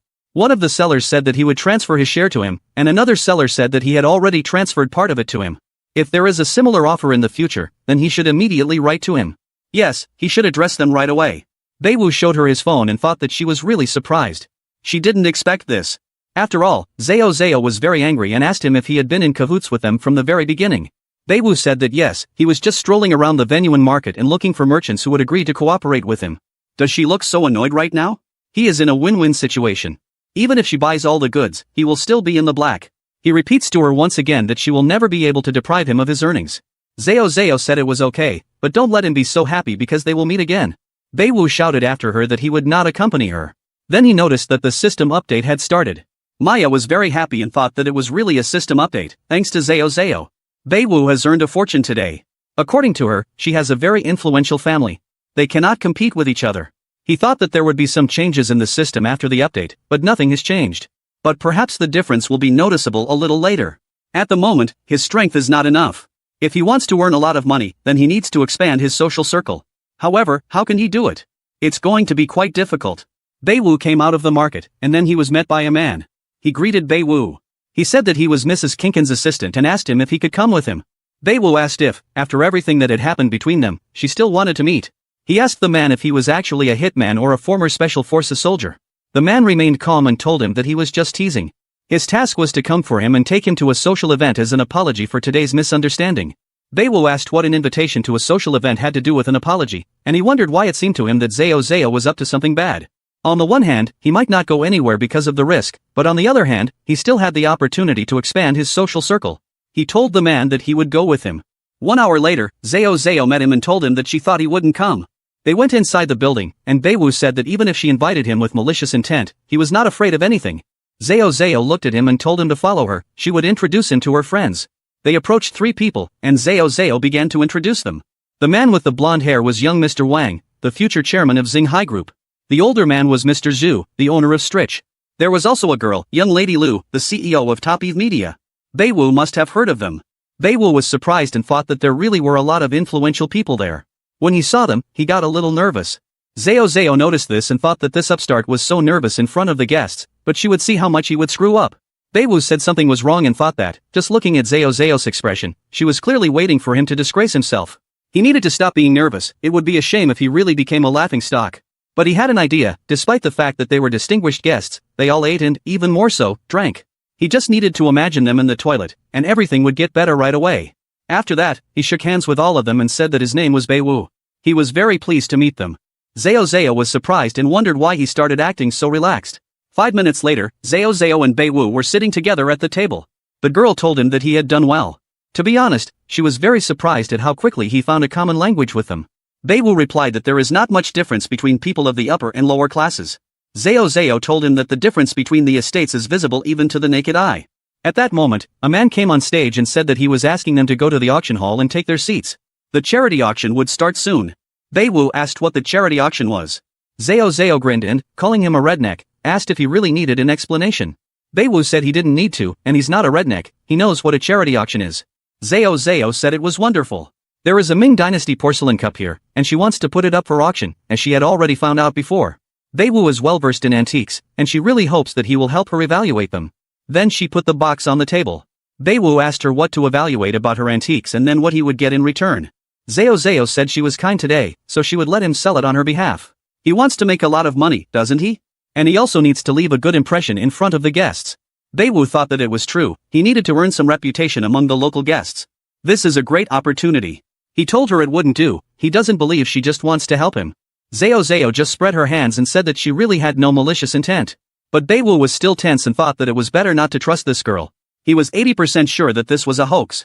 He looked at the box and thought, let's see if it's fake. But the system told him that it was a real antique, 100%. This Ming Dynasty has an approximate price of $12,500,000. Then Bai Wu thought that maybe something was wrong with the auction itself. But the system told him that the success of the auction was 100%. Then Bai Wu exhaled and thought that the antiques were real and everything would be fine with the auction. Then it turns out that he has nothing to worry about. Apparently, he's just thinking too much. Even if Zhao decides to throw something, he has a system. Zhao asked him if he agreed. If not, he might forget about her kindness. Bai Wu said he agreed. He loves kindness. After that, the man said that he was already presenting one lot for a charity auction. Bai Wu carried this antique to the man and looked at Zhao. It was clear from Zhao's face that she was up to something. Bai Wu tensed up a little and thought that, looking at her face, you could 100% understand that she was up to something bad. The man announced that the representative of the lot is Bai Wu. Bai Wu told himself that he just needed to stop thinking about the bad. After all, he has authentic antiques in his hands. Its success rate is 100%. He needs to find out what tricks she wants to throw out. After that, he took the place of that man and greeted all the guests, saying that his name was Bai Wu, and he's glad to see them all here. He would like to present his lot to them. But when he opened the box, he saw that it was not antiques but toilet paper. One of the guests, a girl, was very surprised and asked if he had just auctioned a roll of toilet paper. The elderly man chuckled and said that the organizers had done a good job with the whole atmosphere. Bai Wu was at a loss. He thought that he knew that there was clearly something wrong. Is he so scared that he can't even move? But he calculated everything. There was definitely an antique 100%. Then he remembered that Zao had told him that her earring had fallen right next to his foot and asked him to help get it out. While Bai Wu was picking up her earring, Zao changed the boxes, but it was precisely at that moment that she switched them. He squinted at her and thought she had gone too far. The man who was the host of this auction asked him if, by any chance, he was in a hurry to go to the toilet. He had just grabbed half a roll of toilet paper. Zao watched this picture contentedly and thought that this time he had completely disgraced himself. But Bai Wu thought that no, if he runs now, he will embarrass himself even more. He must find a way out and somehow get out of this situation. Today is already ruined anyway, but he has to come up with something. Then a man shouted to him from the audience and said that it was better not to show. They're not here to watch him fool around. The man who was sitting next to him asked if they could remove him. They don't want to look at this fool. Then the man turned to him and told him that he could not come down. Bai Wu thought that he couldn't just give up and get away with it. He should calm down because the success of the auction is 100%, which means that there is a way out. He can't rely on the system at a time like this. He needs to use his skills and abilities. It's not for nothing that he has been writing books for so many years. After that, he picked up this roll of toilet paper and said that, in their eyes, it could be an ordinary roll of toilet paper. However, this is a very important thing for him. All the guests got up and started listening to him. Only one Zao was unhappy and thought, what is he up to this time? Bai Wu continued his speech and said that now they might not believe that such a tall, handsome, courageous man constantly cried like a child. Then they mocked him and called him a little girl. He told me that it was his birthday that day. His mom made him noodles, and his father put a beautifully wrapped roll of toilet paper right on the table. Bai Wu then asked his father why he gave him a roll of toilet paper. His father patted him on the head and said that he was a real man, and real men don't cry the next time they cry. He should wipe his tears with her, and dad will always support him no matter what happens. But soon after, unfortunately, his parents left this world, his family lived very poorly, and therefore, he was left with nothing but debts and just one roll of toilet paper. Every time he remembers his father's words, he overcomes the urge to cry. He has endured a huge amount of adversity in life, and he remembers his father's instructions. He must be strong. Thus, step by step, he went to his goal. Finally, he is here. Half a roll of toilet paper is his evidence of struggle. Today, on this important day, he made a very important decision for himself. He will sell this roll at a charity auction. Zao was shocked and thought, how could he? She looked around at the expressions on people's faces and thought that, fortunately, it didn't work. Bai Wu thought, is it really a failure? It turns out that he failed. But then one man started applauding him and said that his story touched him very much. He really liked this guy, and he would pay him $10 million. Bai Wu asked, is it really serious? The auction host said that he congratulates him on his victory. Bai Wu looked at him and thought, why does this presenter look so much like a donkey? He exhaled, but he was still shaking all over. He is lucky that he has experience in writing novels, however, he is still a little ashamed. He looked at Zao and asked her what she really wanted to frame him. He was ready for it. Zao said that he was lucky again this time, however, let him know that luck is not infinite. Then she got up and left there. Bai Wu wiped the sweat from his forehead and thought that he had just saved himself from disgrace, but the plan to meet all the celebrities seems to have failed. He went down to the parking lot and thought that even though he got out of this situation with the help of a fictional story, in their eyes, he was still a clown. Zao also left, and without her, no one will pay attention to him. In order to get high status, you need to work hard and earn a lot of money. Then a car drove past him, and he saw the man to whom he had sold his toilet roll, and Mira was driving. Bai Wu thought, is this really the same person who bought a roll of toilet paper from him, and why are they together? Bai Wu thought, are these two really together? What is the system for? He was told that Mira has a joint business with this man, and they will get married soon. Bai Wu was surprised and thought that if his abilities had improved, could it be because of that update? So, they will get married, and that's why she was acting so cold with Zao. Now that he understands everything, it's so difficult with these rich people that it's better not to get involved with them. Now he has the eye to earn money quietly, so he needs to find an assistant among the antique dealers because he doesn't really understand it. Then he remembered about Lao Wang and thought about him. I wonder if he's found anything of value lately. The system told him that Fatty Wang had valuable things again. Bai Wu thought, this guy is just amazing. Does he always find something cool, and that makes him richer all the time? Well, if he cooperates with him, wouldn't it be great? He has connections among antiquaries and a well-hung tongue. In some inconvenient moments, he can go for a break. Instead of having him as an assistant in the future, it will be easy for him in antique circles. Now it's time for him to implement this idea. The next day, Lao Wang was talking on the phone and asked how he hadn't reached yet. Is it coming already? He's been waiting for him for half a day, so he needs to hurry up. After he ended his call, Bai Wu came up to him. Lao Wang immediately changed his face and said that it was him. He has to get out of here because he has nothing for him. Bai Wu told him not to be so vindictive. After all, he came to discuss cooperation with him. Lao Wang asked, "What is cooperation?" Bai Wu told him that he was always lucky, so he always finds expensive antiques. He can determine their true value, and not with him, they just created each other. As soon as they start cooperating, they will divide the profit from sales in half. What does he think about it? Lao Wang didn't trust him, so he told him that he had already used it 2 times. He ate meat and soup himself, and he didn't even lick the plate. Does he really want him to cooperate with him? After that, he came to mock him. Didn't he let him fail? He doesn't want to see him. Bai Wu thought that Lao Wang still hated him for those 2 times. He is very angry now. If he continues to persuade him, he may run into a fight. He didn't come here to swear, so first he needs to calm down. It is necessary to use the opportunity while it is there, and eventually, it will crawl to him. At the moment when he had already moved away from the shop, Lao Wang, 2 people approached him. Lao Wang asked them, why did they take so long? Bai Wu stopped and thought that it looked like Lao Wang had a big deal. Lao Wang told the man to take it out, and he would look. The man told him that it was the 7-star dagger of General Zhao Zhao himself. Lao Wang took this dagger in his hands to take a look. Bai Wu stopped and thought, is it really the 7-star dagger of General Zhao Zhao? That's a lie. He examined it so carefully. How can this dagger be real? The system said the authenticity was 0%. Lao Wang told those 2 men that the price was not bad and asked them to name the price. Bai Wu, hearing this, got angry at him and thought, was he crazy to buy this fake? But wait a minute, could it be that this fake is specially made so that it cannot be distinguished from the original? The system said that the probability of detecting a fake was 0%. Bai Wu chuckled and thought that Fatty Wan was still a sly one. If this dagger can't tell the difference, this means that the level of fraud is quite high. However, he has the ability to see everything, both secret and explicit. However, is there really not a single flaw in this fake?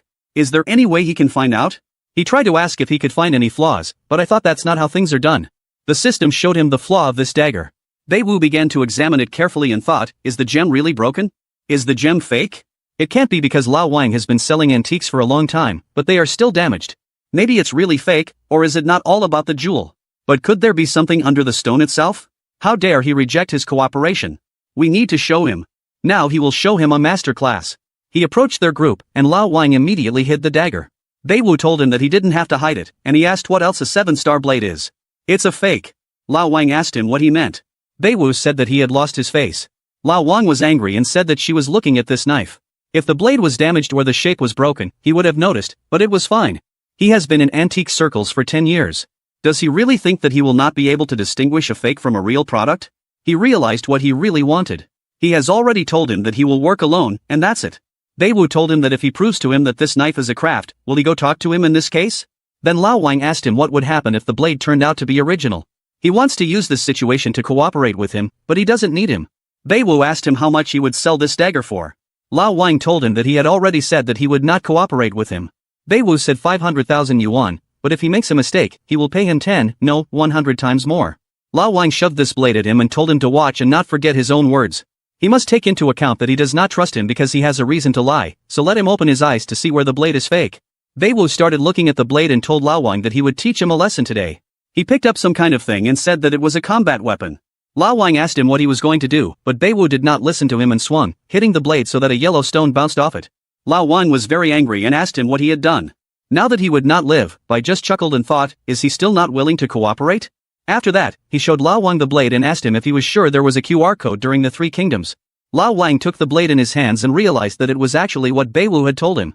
He couldn't believe his eyes. Bai Wu told him that he had already told him that he was a master of antiques, and he asked him if maybe they would start their cooperation after all. Now Lao Wang was angry at those 2 men who brought him a fake. He told them that they were already completely up. Did they really think to deceive him? Are they really tired of living? He turned around, but those 2 men were no longer there. Then he shouted to them, let them run, otherwise, he's lying to them. After that, he turned to Bai Wu and asked him how he knew that the dagger was fake, or maybe he had hired these 2 at all. Bai Wu asked him if he really thought he was with them. If he could make fakes of this level, does he really think he would look for them? He's got talent, too. Lao Wang said to hell with him, he couldn't listen anymore. Bai Wu turned to him and said that according to their agreement, he was winning, now he was working with him. Lao Wang said that he is so veiled, but he is really afraid that he will throw it, so he would rather look for another person. Then Bai Wu began to lose patience and told him that it wasn't fair. Lao Wang said that he is an ordinary antique dealer from the market, and he also talks to him about honesty. Once you open your mouth, the bigwigs will come right up. Probably they will explain honesty. Bai Wu asked what the bigwigs are. Lao Wang said that he would still have to forget about cooperation with him. But Fatty Wang was kind to him. He could not leave his help unpaid. He can take anything. It will be considered his gratitude for the help provided. Bai Wu asked what this garbage was. Lao Wang asked what garbage was. He traded it all. Let him just look because this Kasakshu Jiang himself put it on. Bai Wu asked him what kind of theatrical costume he stole from which troupe. There are even cigarette butt holes here. Lao Wang was confused and then showed him a wine cup from the Jin Yong area of Wusong himself. I'm afraid he asked, why does it seem to him that this bowl is made of ordinary noodles? Does he even have normal things? Lao Wang started rummaging through his things again and said that he would show him the thing now. Where did she go? While Bai Wu was watching Lao Wang, he thought that this pile of junk seemed like Fatty Wang really has a life about nothing to tell the truth. He has profited at his expense many times, and he would not be surprised if he did it on purpose. Then Lao Wang said, here they are. Bai Wu was very surprised and asked what else that was. Did he steal it in the parks during morning exercises? Lao Wang told him to open his eyes because these are the twin swords of one of the most powerful generals of the three kingdoms, Liu Bei. The system told Bai Wu that it was 100% original.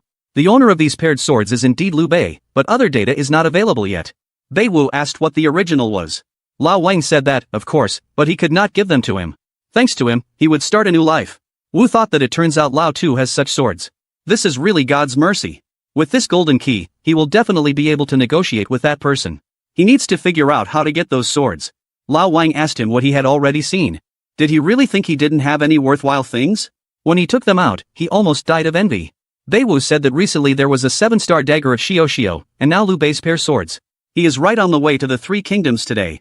While they told him to just look at the condition of the shape and structure, the design is so detailed.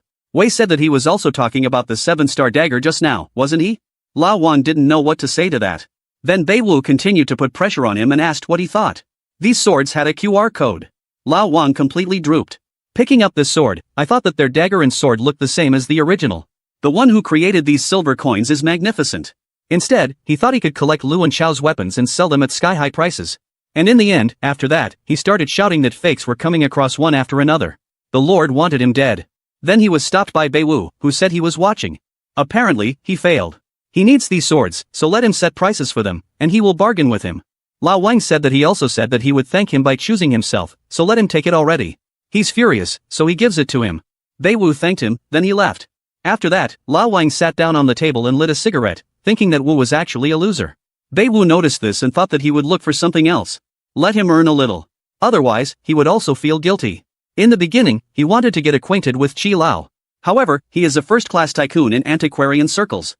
A simple gift at a meeting is not enough, there is a whole hierarchy of authorities. At the very top is a mysterious buyer.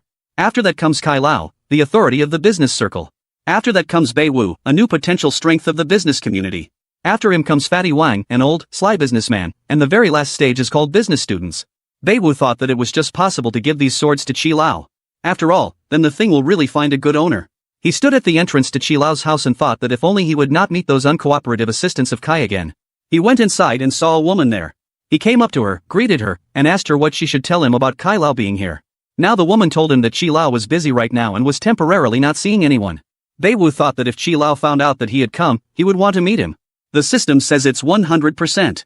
Then he asked this woman to tell him that the person who sold the porcelain to Tang Seng Kai last time had come again. The woman was surprised and said that it would be good to wait for the stop, and she would give Qi Lao a shout that he had come again. Bai Wu was scared and thought that there was no need to be afraid.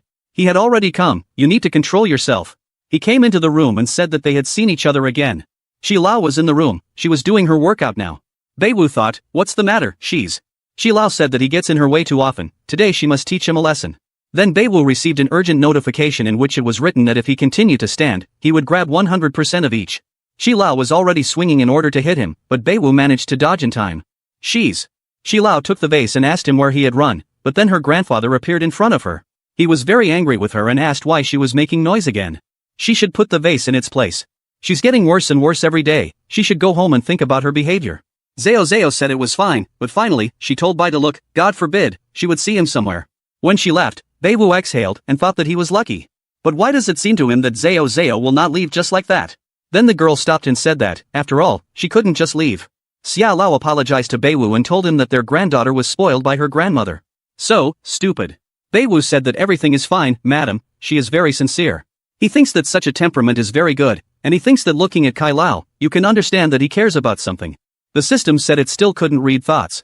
I wondered if the system could even have such an ability. Xiao Lao told Bai Wu that he should follow him up the stairs. They would talk in the tea room. They went up to the room and sat down at the table. Bai Wu said it was no wonder Mr. Kai's tea room was so unusual.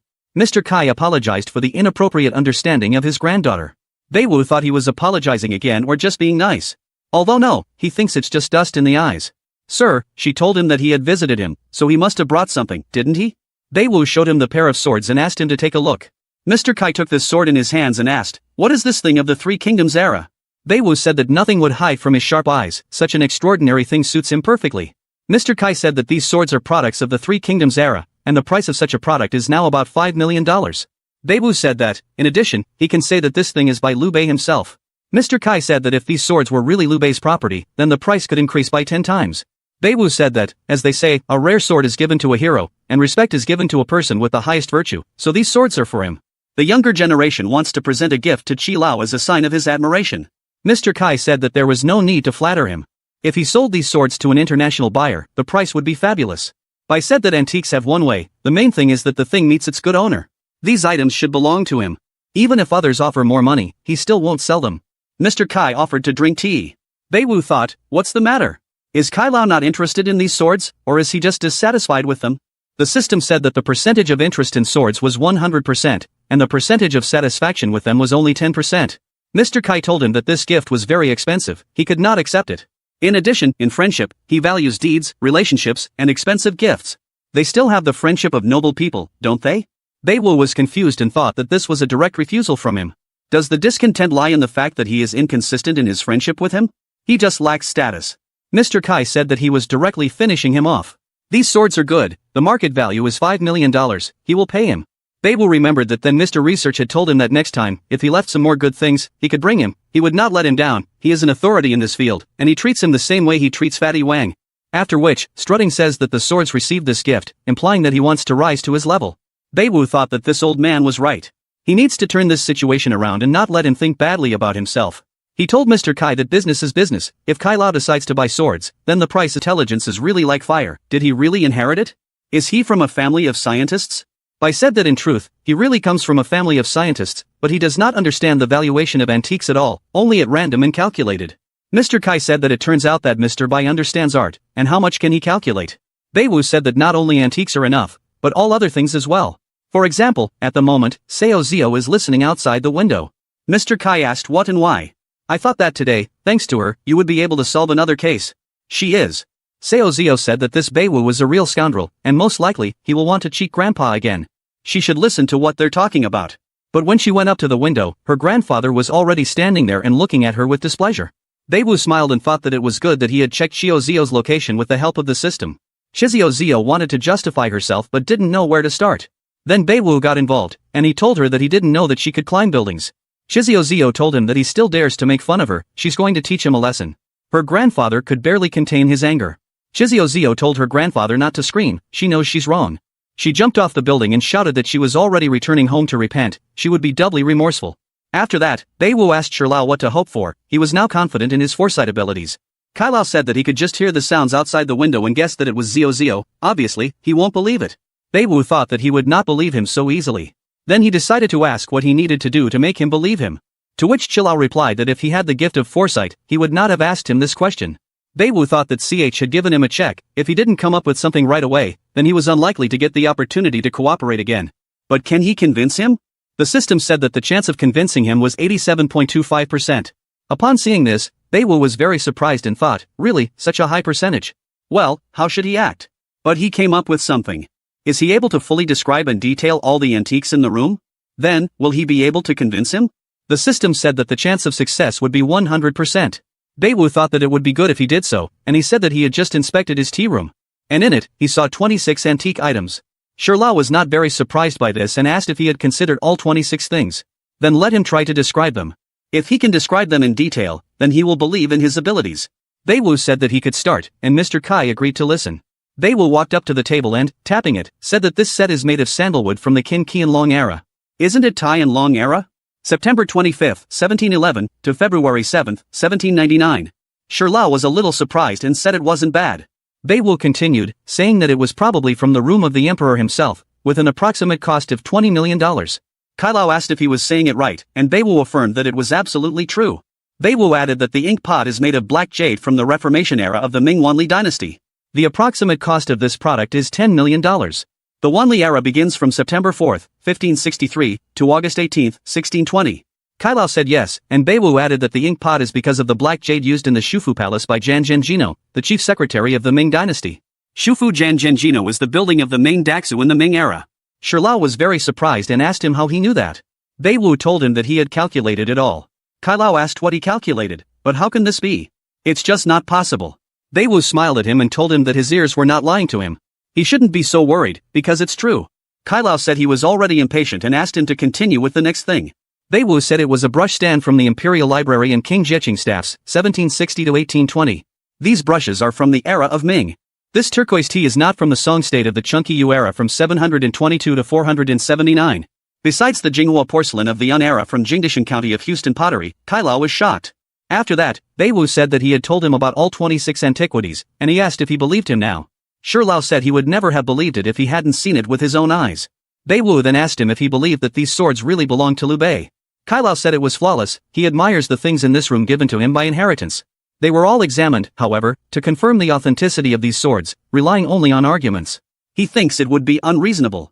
Bai Wu wondered if he didn't believe him anyway, but the system said he believed him 100%. Bai Wu thought that this old man was not a blunder. He thinks about how to use it and doesn't even bat an eye. It is not surprising that he is an authority in these circles. Smart as he is, he seemed to understand why he was looking at him so strangely.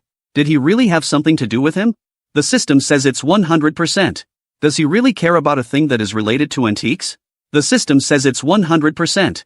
Is there really something he wants to ask to check on him? The system said he wanted to ask for a 100% examination. Bai Wu smiled, turning to Mr. Kai, and asked him what he had. If he wanted him to help him carry out an examination, Kai Lao was very surprised and asked him how he knew that. Kai Lao said that since he had guessed, he would tell him. He's really been worried about an old thing lately, and if Mr. Bai can help him figure out if this thing is fake, then he will help him a lot. Bai Wu thought that Shi Lao had indeed encountered difficulties. If he helped him solve this issue, then wouldn't this be a great chance to improve their relationship with him? After that, he said that Kai Lao's affairs were his affairs. He promises to give his all. Kai Lao said that, and then he expressed his gratitude to him. After that, they went to the basement. Bai Wu said that there is such a big basement here. Kai Lao said that they have to be careful because a lot of valuables need to be well guarded. They went to a huge safe, and Kai Lao said that they once quite accidentally received a vase with patterns of 9 dragons, a masterfully executed masterpiece.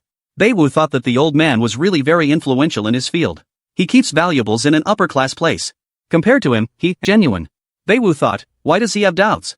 Then, Shi Lao said that he doesn't know why, but there is always some kind of calmness in his soul. It always seems to him that something is wrong, that's why he can't finalize the deal. If Bai Wu can prove its authenticity, then he will immediately purchase this vase. Of course, no matter what the outcome is, he will thank Bai Wu with 10 million. Bai Wu thought, does he really think he's here for the money? The system said it's 100%. Bai Wu mentally told her that she could shut up. After all, his goal is far from that. Then, Shi Lao said they came, this thing is here. He opened the door and told Bai Wu to come through. When Bai Wu went there and saw the vase, he was surprised and said that this thing was amazing. Shi Lao said that this is the same thing with patterns that he had previously talked about. The market value is approximately 1.3 billion yuan. Bai Wu was shocked by the price. Kai Lao said that he really hoped for his cooperation. Bai Wu said that there was no need to be so ceremonious, he would try his best. After which, he began to stare intently at this vase. Shi Lao looked worried and asked what's up. Bai Wu told him that there was no need to rush him so much, he was still calculating. She thought that the system usually always answered him right away, why isn't she working today? The system told him that this system answers and analyzes only his questions, not his. Bai Wu then asked her what she had damaged, so let him answer. Is this vase a fake or an original? The system said it was 100% fake. Bai Wu asked her if she had any proof. The system said the evidence of forgery is located at the bottom of the vase. The way to recognize a fake is to break the vase, he will be able to find evidence with a chance of 24%. Bai Wu thought that 24% is very little, after all, it is worth 1.3 billion. Even though he knows that this is a craft, however, a tiny fraction of this 24% will disappear, and he will fall. While there is no exact evidence that this is fake, he cannot act recklessly. Even if he sells it, he will not collect so much money. Usually, an appraiser can certify that it is fake. The system said that there is no super powerful level of system similar to it that can accurately assess the possibility of 47%. Bai Wu called the system a braggart and said, okay, so an ordinary person is practically unable, even Mr. Chilla with his level is unable. He's afraid that the other appraisers won't be able to either, and if you knock it down, there is a risk that with the slightest carelessness, he will dig his own grave, and if not broken, then it is obvious that his abilities will not cause him respect. Mr. Kai was hoping for some results from him. Bai Wu told him that he could claim that this vase was a fake. Mr. Kai asked him to fake it, but is he sure of it? Does he have any proof? Bai Wu told him that the proof was under the vase. They looked under the vase together, and Mr. Kai told him that he had already looked under the vases many times, and there were no differences. Did he talk about what evidence? Bai Wu said they were inside the vase from below. Mr. Kai asked him if they really needed to break this vase. Bai Wu said that was the only way to make sure it was fake. Yahello said that the deal has not been completed yet, and they haven't bought the ownership of this jug yet. To teach, the jug is a very important matter, he must notify Mr. Lawyer. Bai Wu thought it would be scary if he couldn't handle this jug, but he has to take a chance. He asked Yahello to contact the owner, and he would talk to him. Yahello took out his phone and said that was what he wished. After some time, a man came to them and asked Yahello for forgiveness for making him wait. He asked if something had really happened. What's the matter? They thought that the old man was worthy of coping on his own, but this time it was better for him to stay away. It is clear that he is an outsider here. However, since he brewed this, he needs to take the initiative. He asked the man if he was Mr. Jen, wasn't he? He himself thought that first he needed to provoke all these fake dealers. He said that looking at him, it's hard to believe that his antiques are real and not another fake. Mr. John immediately changed his face and asked him who he was anyway, what he was doing, and where his place was. Bai Wu said that his name is Bai Wu, and he is here to help Mr. Kai Lao buy a jug of 9 dragons. Mr. Zhang asked him what he says is fake, right? He went around dozens of experts, and they all confirmed the authenticity of this jug. He is absolutely wrong, he knows it himself. What's he trying to be cool about here? Maybe then he will tell him what is wrong with this jug. Bai Wu thought that he was very confident in his forgery, but the probability of making a mistake is high. His forgery technology is unusual, so he reached for his sword and said that whether it was true or false, they would find out now. He thought that, although there was a risk, there was nothing to lose. He picked up this weapon and said it was unusual, he never beat such expensive things. Mr. Zhang defended his jug and said he hadn't sold it yet, why is he breaking it? Bai Wu thought that his reaction just proved it now, and he asked him why, because it's fake. Mr. Zhang was already angry and asked him if he really wanted to joke with him. What kind of impudence is this? Bai Wu thought that he was so angry that he was ready to melt right now, but this is a very good moment for him. Then he swung this weapon and said that he didn't care what they thought. Then he hit the jug, and he told Mr. Zhang to get out of here, calling him a fake seller. Mr. Zhang turned to Chi Lao and asked him why he let him do this. Kai Lao was calm and told Mr. Zhang not to worry. If Mr. Bai did not prove this craft, then he would personally pay him off. After which, he looked at Bai Wu.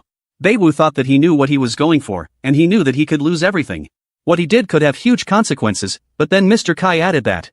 However, if Mr. Bai finds evidence that there is something wrong with this jug, Bai Wu realizes that it wasn't easy for the old man.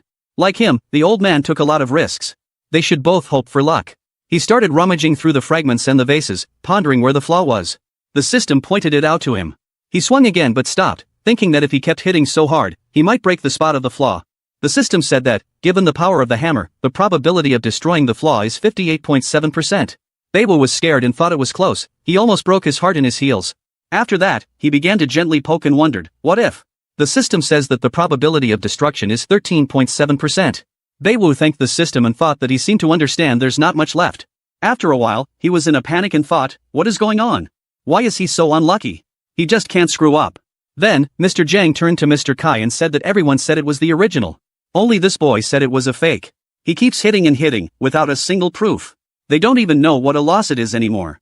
Mr. Kai told him not to worry if the attack seems wrong. He will pay extra. Bai Wu looked at Mr. Kai and thought that he was staring so intently. If he does not find anything, then he will not be able to explain himself, and he will be finished. Then he struck one last time, in a panic. He began to prowl among the fragments, searching for some flaw and thought, why is there nothing? But then he finally found it. A piece of paper with a QR code hidden inside the vase. But I already showed it and told them to see it with their own eyes. Why? What is it? Mr. Kai took this fragment in his hands, and when he realized that the vase was a fake, his face changed drastically. He asked Mr. Zhang to explain. Mr. Zhang said it's impossible, just impossible. After Mr. Zhang was taken away, Bai Wu exhaled and remembered something. The broken blade also had a QR code. This means that they were produced in one place. Mr. Kai said he was very grateful to him. Bai Wu told him not to be so kind, he was always happy to help.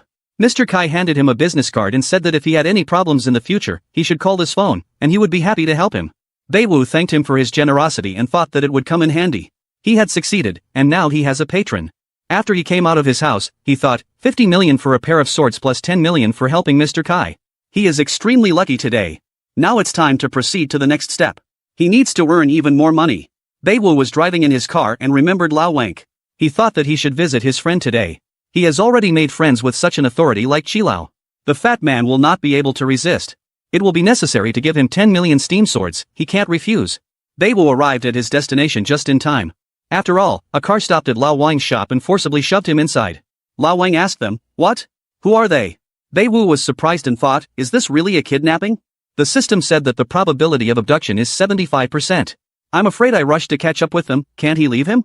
But why did this gang need a fat man? Had he been kidnapped for ransom? The system said that the probability of a ransom demand is 12%. Bai Wu thought it didn't matter because he had to call the police first. But he didn't have an internet connection. He thought, is there really no signal? Shouldn't he be fishing all over the world? The system said that the probability of blocking the signal with a special device is from 89 and 95%. Bai Wu thought, is it really blocking? Does he really need to go there? What kind of gang is this anyway? What is the percentage of a successful rescue of a fat man? The system said 37%. I'm afraid, Wu thought, that's enough, he would see who could stop him. The system informed him that in 58 seconds, the guard would go to take a leak, he should enter and go to the right. He has 3.8 seconds for this to sneak in. Bai Wu passed unnoticed by the guard and thought that he was risking his life to save this fat man. Just let him try to refuse him and ask the system, where is he now? The system showed him the map, and she said that 30 meters is straight, and then he needs to turn right. After 8 seconds, the guards will disperse, and within 13 seconds, it is safe to pass. The men were talking among themselves, and one of them asked why the boss needed this fat man, to which his partner replied that because of this fat man, they lost a 7-star dagger, who will be responsible for this. Meanwhile, Bai Wu had infiltrated the place where Lao Wan was being held. He was tied up and beaten. Bai Wu motioned for him to be quiet, then untied him. Lao Wang asked him, what? How did he know he was here now? Had he been following him? Bai Wu slapped him in the face and asked him if he was completely crazy. Does he have fat instead of brains or what? He asked him if he knew who had abducted him. Lao Wang said no, they grabbed him, beat him up, and left him here. Bai Wu thought that most likely, the system would not be able to answer this question either. The situation is not easy. He got to his feet and told Lao Wano that he needed to avoid it first, then they would talk. Stop sitting around here already. Lao Wang said that he should not be so fat or even wounded. He would not be able to escape, he shouldn't worry about him. Let him save himself, and when he escapes, then let him go to the police. Last time, thanks to him, he went broke because of this 7-star dagger. So they better forget about their enmity, it was already in the past. Bai Wu couldn't stand it and told him to shut up already. He doesn't know about his abilities yet, does he? It's easy to pull it out. After that, he asked him what he remembered. He offered his cooperation. Lao Wang said he remembered, so what? Apparently, now only in the next life. Bai Wu showed him a piece of paper with $60 million on it. Lao Wang immediately jumped up, and I asked him, where did he get so much money? Bai Wu told him to stop talking already, they need to get out of here. As soon as they escape, he will give him 10 million. Lao Wang's eyes lit up, and he said that they should get out of here as soon as possible. At this time, 2 guards were moving towards them. One of them said that the boss said that this fat man doesn't know anything. They need to deal with him, he's just a fat meat carcass. We'll have to dig a big hole for him, so they need to get on with it. Lao Wang got scared and said it was the end, they were screwed. Bai Wu told him not to be afraid because he is already here, he will definitely save him. These 2 men entered the room, but they did not find Lao Wang there and asked where he had gone. Then one of them saw an open window and the rope sticking out of it and said he escaped through the window. They need to go after him as soon as possible. Then they sped off. In fact, Bai Wu and Lao Wang were hiding behind boxes. They looked out the door, and Bai Wu said that, fortunately, he was witty enough to make it look like they escaped through the window to distract the chase. Lao Wang said that even if they really tried to escape through the window, he would not have escaped in such a form anyway. Meanwhile, all the guards rushed in different directions to find Lao Wang. Meanwhile, they were already hiding in the bricks. When all the guards ran away, Lao Wang exhaled and said that he had been blown away. Bai Wu grabbed his arm and told him that they needed to run as soon as possible. He asked the system which way the chance of escape is higher. The chance of a successful escape in one direction was 72%, and in the other, 33%. Lao Wang asked him if he had been here before. Bai Wu said that anything is possible. Lao Wang asked him what it was and why he was so sure that they needed to go here. Bai Wu stopped and told him that he had an extraordinary talent, he had the skill of prediction. Or does he still not trust him? Lao Wang asked him if it's really true. Since childhood, he's dreamed of being special, it's so cool. If they really get out, then he will be very grateful to him. Bai Wu told him again that as soon as they get out, they will start their cooperation. Does he agree? Lao Wang said it was a deal. One of the guards was watching him on the security camera. The man told his boss that here he is Bai Wu. The boss asks that the people who were sent to catch him never return. And for how many years did the kid do it? The man said that last time, this kid ruined their plans about the 7-star knife and the urn of 9 dragons. Did this guy somehow find out about the fake and also implicate Kai Lao in this story? The boss said that he believes that he is like a fat man and that he will not interfere with them in any way. The real obstacle is the old man. The man said that the boss is right, these small shrimp will not be able to create large waves. The biggest problem is the old man, she will also be dealt with tomorrow, and he will be caught. Then the boss kicked him in the stomach and asked him what to do to catch the old man. Is he an idiot? If someone destroys their plan, for one, blood will spill from him. And he himself thought, how did that brat find out about those items? It must be the old fox's tricks again. He saw and knew everything but was silent and even used a small rat to quietly destroy his business. This guy is very famous, so he won't let him go just like that. He said that today they will not deal with these two brats and then they will figure out how to defeat this old man Kai. It was already evening when Lao Wang asked if they hadn't made it out yet. Bai Wu said that the way in the farthest, they need to make their way along the wall. The success rate of escape is 48.5%. The path without is the closest. A rate of successful escape is 39.2%. He thought that the road with a lower level of risk passes through the wall, and the probability of failure is much lower. But of course, it is best to go this way, but they are too tired. He also found that when they commit any action, the probability is constantly changing. Then they will sing along the nearby road, they will monitor the changes. They came out on some road, and Bai Wu said that at the end of this road, there is a passage through which he entered. Lao Wang said that salvation is not far off. Bai Wu told him not to celebrate the victory so early, he should be careful. Why thought that the closer to the door, the higher the chance of escape will everything really go so smoothly. Lao Wang said that these people are similar, they were lost. This is a great ending. But then the door slammed right in front of them, and the man told his boss that the rest was on him. Then the level of successful escape began to fall sharply. They asked what was going on. Then the boss came by car with his people. One of his men asked if the little ones were still trying to escape. They should try harder, they will see how they can escape this time. Bai Wu thought, is it really over? Bai Wu asked Lao Wang for forgiveness and said that he seemed to have screwed up. Lao Wang said it was nothing, so they need to kick their ass together. Then the fight started. All this time, the boss was watching them. After Bai Wu and Lao Wang beat up all his people, the boss said they were nothing like that, so let them both immediately fit on it. The boss turned out to be many times stronger than his people. He got the two of them instantly and told them not to stop and to continue, after all, he hasn't even warmed up yet. Lao Wang was lying on his back and said he was tired, he was too fat, he couldn't continue, so let him finish him off already. The boss just grinned and said that by preventing him from getting his money and knocking out so many of his people, let them not think that he would let them die so easily. Did Bai Wu think that they were preventing him from earning? What is he talking about? But it doesn't matter now, it's not the time to think about it, we need to get out of here. And I asked the system, what is the probability of a successful escape? The system said that the chance of a successful escape is 33. They thought there was a chance, but what should he do? Lao Wang looked at him and thought that he seemed to have some kind of plan, he should buy more time. Turning to the boss, he said that okay, even though he was fat, he would try again, but the boss shoved him again. Lao Wang was already barely able to stand on his feet. Bai Wu thought that the fat man would not last long, but he was holding up very well. But wait a minute, is he the key to escape? The system said that the fat man is the key to escape 100%. Bai Wu thought that he couldn't die by accident, could he?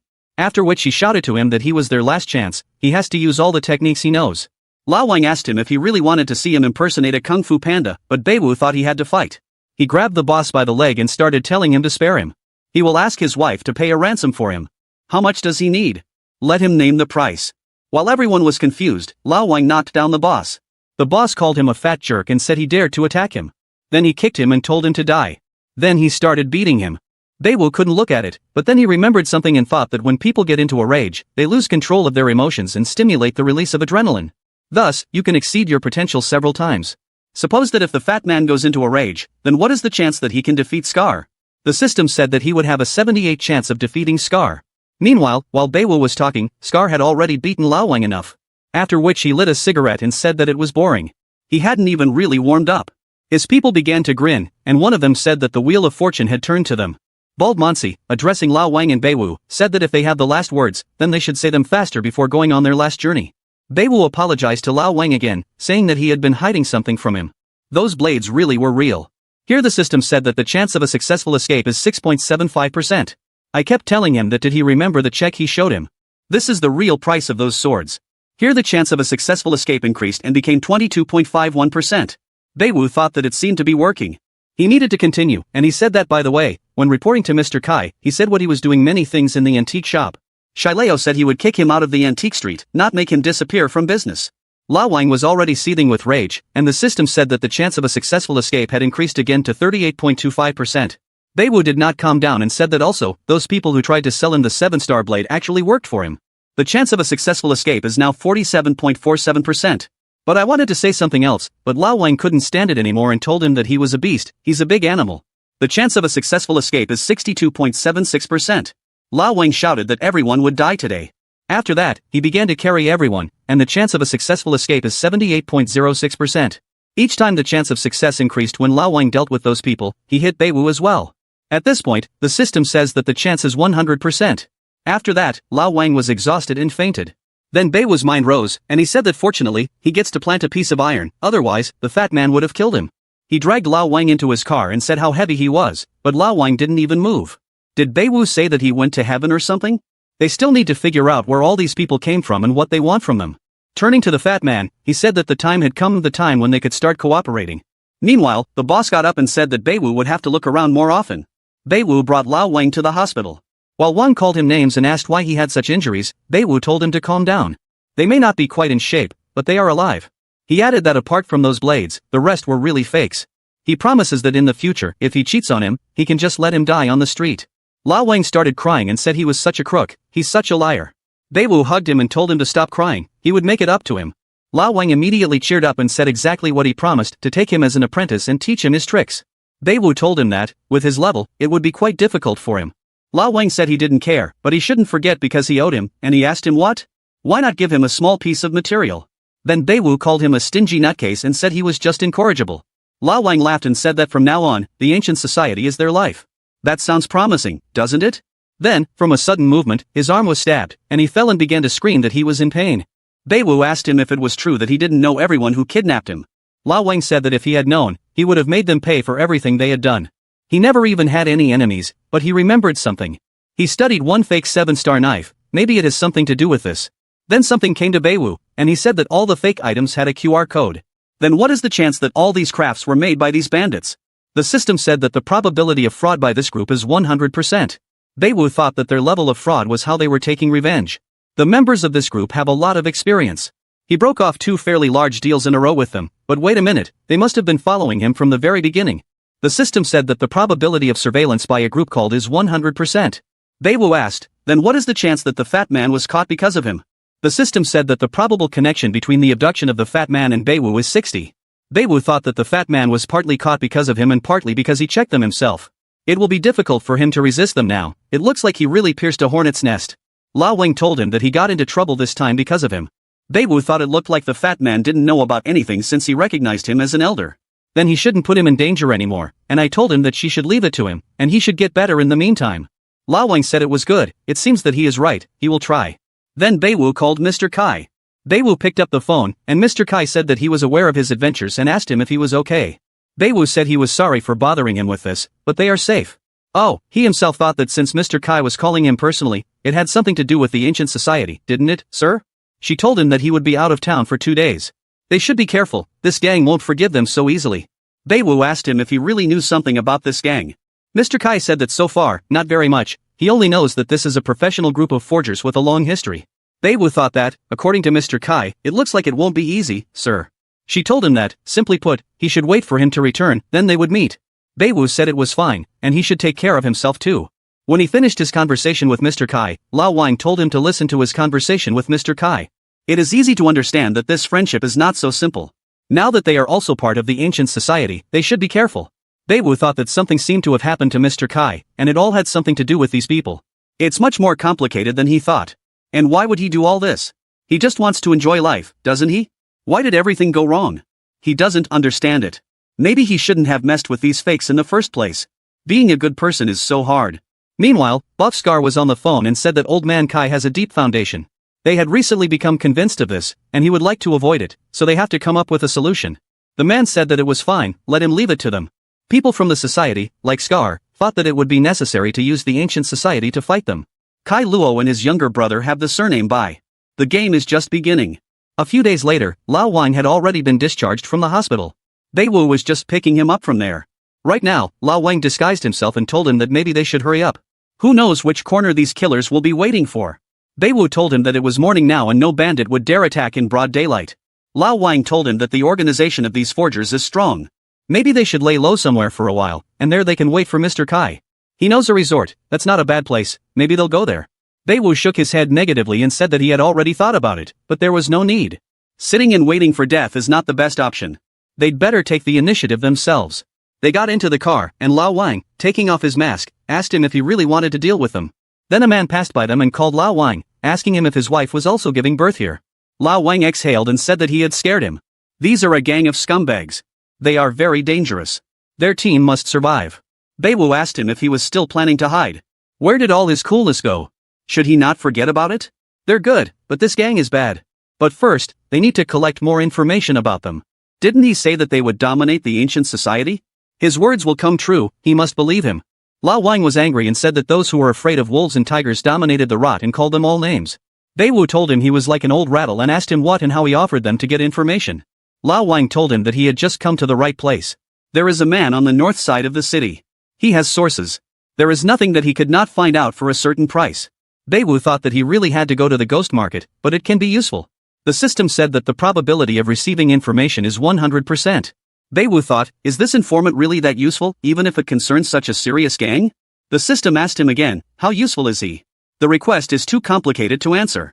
The probability of receiving information is 0%. Bai Wu was at a loss and thought that visiting the ghost market would help them, but they wouldn't find out anything. Now it is clear to him that they will not receive information from this informant. Or is there someone else in the city who could help them? The system said that the probability of getting help from the master is 100%. Bai Wu grabbed his head and told the system that talking to her was just brain torture, and he was already turning to Lao Wang. He said, go ahead, their destination is the ghost market. Towards nightfall, they finally reached their destination. Bai Wu said it's quite interesting here, and he asked how, in general, it is possible to see the goods in such darkness. Lao Wang told him that he just didn't understand anything. The ghost market was created for people who constantly live in darkness. He should take his time, and he will soon get used to it. There is no need to rush to the informant so quickly. They have to take a walk in order to get used to it. Bai Wu said it was fine, why not? At this time, someone was watching them. This person called on the phone and said that they really came to the ghost market. He will follow his instructions. He was told that they would consider that he had done well. Good job, this man said. 100,000 for spreading a few rumors. If he did it for 2, wouldn't his reward double? Mentally turning to the fat man, he asked for his forgiveness, saying that he was a bad friend. Lao Wang told Bai Wu to believe him because he is an important person here, there is nothing he can't find out. Then he saw his friend, whose name is Zhao. He waved to him and asked how he was. Old man Zhao didn't answer him, he just turned away from him. Then his friend, whose name is San, was walking towards him. He asked him what kind of good things he could show. But this friend of his ignored him too. Lao Wang was at a loss and asked that all of them had taken the wrong pills. What's going on here? They said he was really cool. Lao Wang said he just made a mistake with people, they need to move on. In this stall, he is a frequent customer. He and their boss are on solid ground. They approached this friend of his, and the man, without even looking at them, told them to look and choose what they liked. His name was San. Lao Wang told him that they had not seen each other for a long time. They say he has another child, he'll buy a few things. San looked up and said that it was him. It's a pity, of course, but he will have to find another shop for this. Lao Wang got angry and asked him what he meant. He shouldn't joke with him like that. It seems to him that he has confused something today. San also started to get angry and told him not to get on his brain. He said he wouldn't sell him anything, and he asked if it was clear to him. Then Bai Wu intervened and whispered to Lao Wang that he was not the only one here and asked him to look around. Everyone was staring at him and discussing something.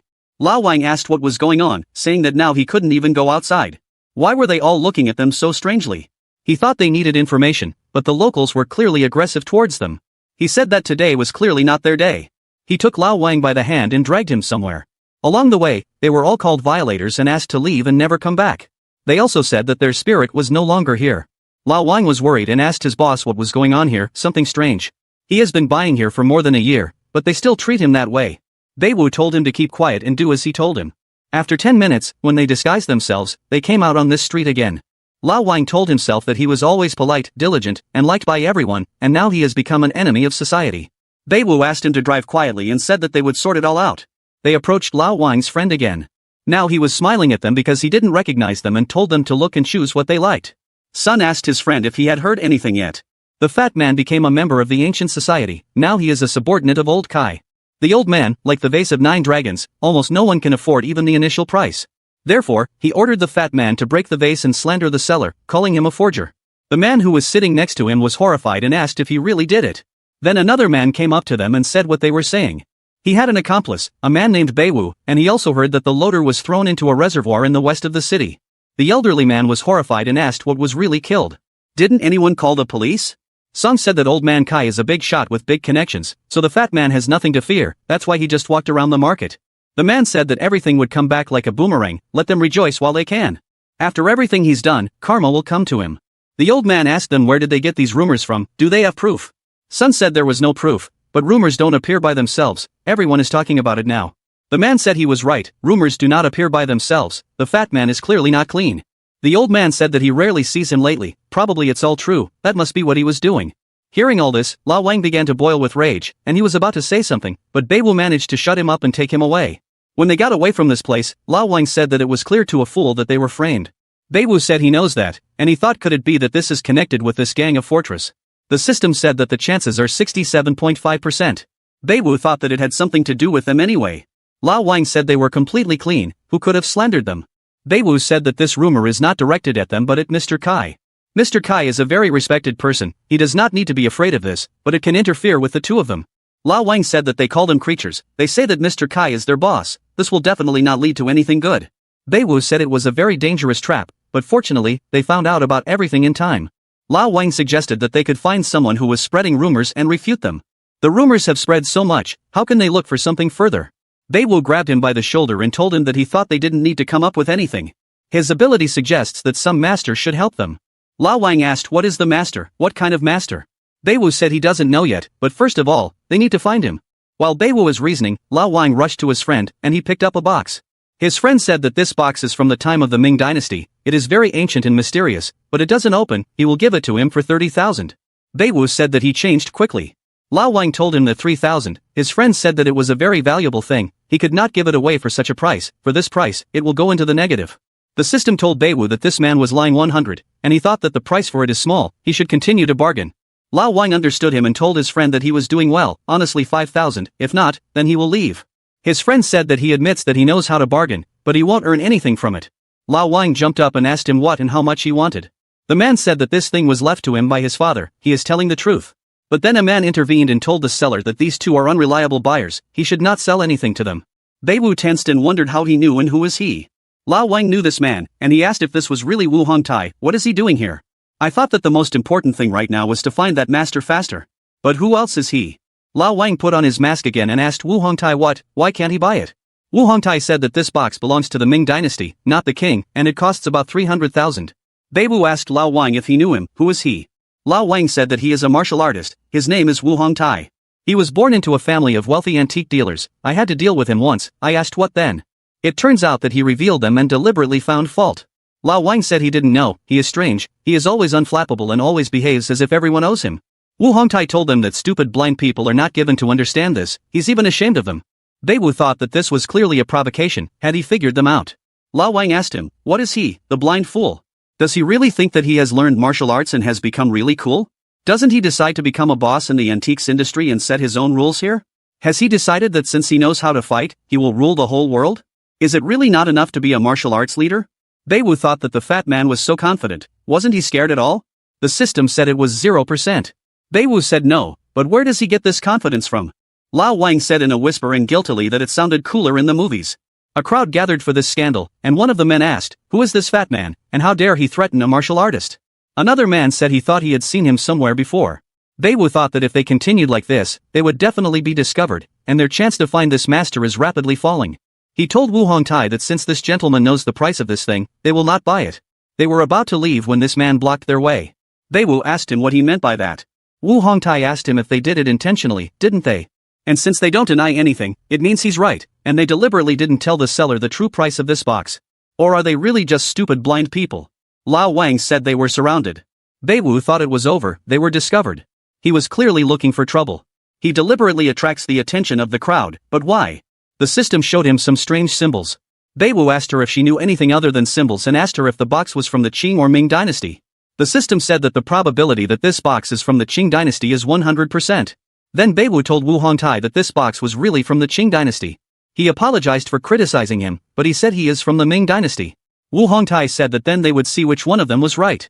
Lao Wang asked them what, how would they find out? Wu Hongtai said that, of course, by checking.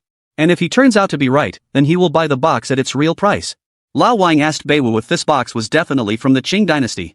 Bai Wu just nodded at him. After that, Lao Wang told him that they argue well, but if he disgraces himself, he will immediately leave them alone. Wu Hongtai said that, of course, and he began to quickly disassemble this box. Bai Wu was surprised and thought, did he really know how to open it? He's really good at what he does. Wu Hongtai disassembled the box and said that the box consists of two parts. The outer layer was made in the Qing dynasty, and the inner part was made by a master from the Ming dynasty, and its market price is 300,000. The seller of this box told him that it really opened his eyes.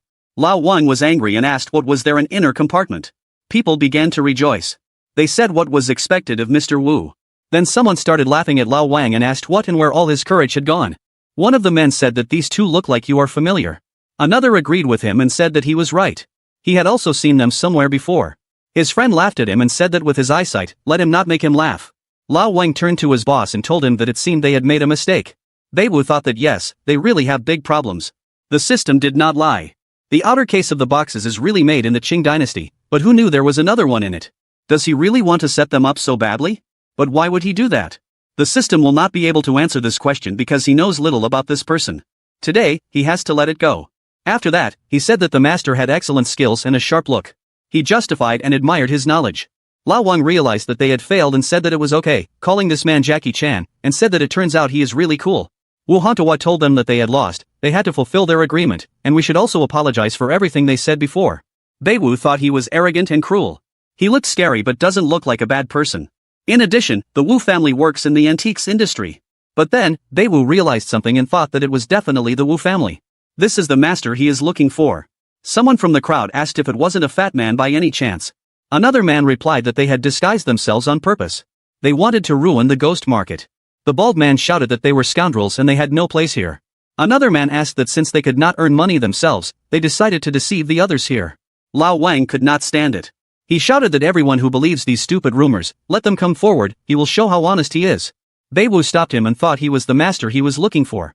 The system said it was 50%. But Bai Wu already thought that it was clear, even if it wasn't him, then he was somehow connected with him. Wu Hantawa thought that this was just his quirk, but the master appreciates him so much. An elderly man who was watching them from around the corner said that old Kai's eyesight had apparently deteriorated, and this is the kid he needs to look after. He said he knows what to do.